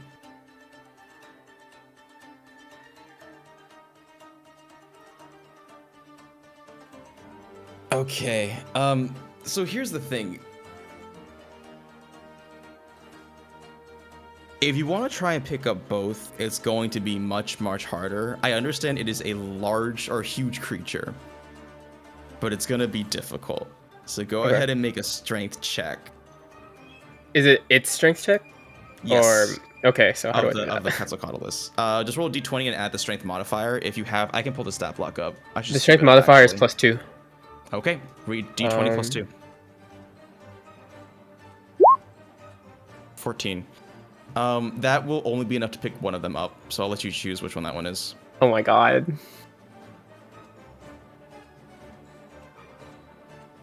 Okay. I will say that Odin can teleport. Oh, you're fucking right. What am I thinking? I'll pick up Ganondorf then. Okay. Ganondorf, as soon as you wake up, I guess you just pick him up in the mouth because it's large. Oh yeah. But you feel a beak enclose on your person, and kind of like a pelican, it just sort of swallows you up. And in a swift motion, you are taken towards the other side of this cistern. Crazy ass birds. Actually, though, We're far enough away from okay. this guy, right? To not get like. Yeah. Anything else, Eragon? That's it. I'm gonna end my turn there. Okay. Odin, it's your turn.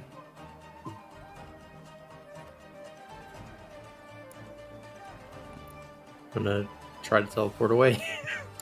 Yeah, I don't think you have to try. You just can. You can just do it. All right. Yeah, you blink 20 feet, and you can also move. Not. So is the teleporting action or is that movement? Teleporting That's just is an automatic thing. I thought teleporting is a bonus action. Yeah, I think it's a bonus action. So. All right. I'm gonna dash. And you get on out there. Okay. Isarya is not doing anything. Okay, I think this is what we're gonna do. I'm gonna make the executive decision to take us out of order here because something's about to happen that I think will solve this. But I would like to know what you guys do about this Warforce that's close to this area. Soraya has finished digging whatever it is out of this small enclave on the wall, and you see she's holding like a pipe bomb basically. And she screams to all of you, just stand back. I'm gonna collapse the tunnel. Me and Yoshi are getting out of here, guys. So we head out. Okay, Yoshi's gonna take an attack of opportunity. Okay. I'm hopping on my Quetzalcoatlus and I'm fleeing out of here too. Is that gonna fit through the tunnels? Oh, Yoshi. Yeah, Yoshi, as he turns around, gets sliced in half and then dissipates into the aether, ready to be summoned the next time. But he lets out a very, very sad cry as it happens. Oh. Yeah. No.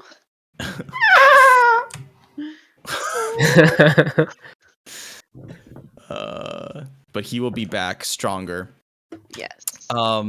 But at that point, yeah, I think that's it, because like all of you just start running backwards. Oh, that song still ends really abruptly. That's kind of weird.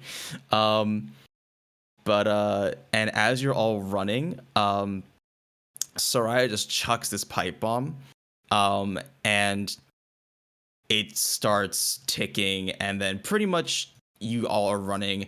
This Warforge makes it like half the way through before the entire tunnel just collapses.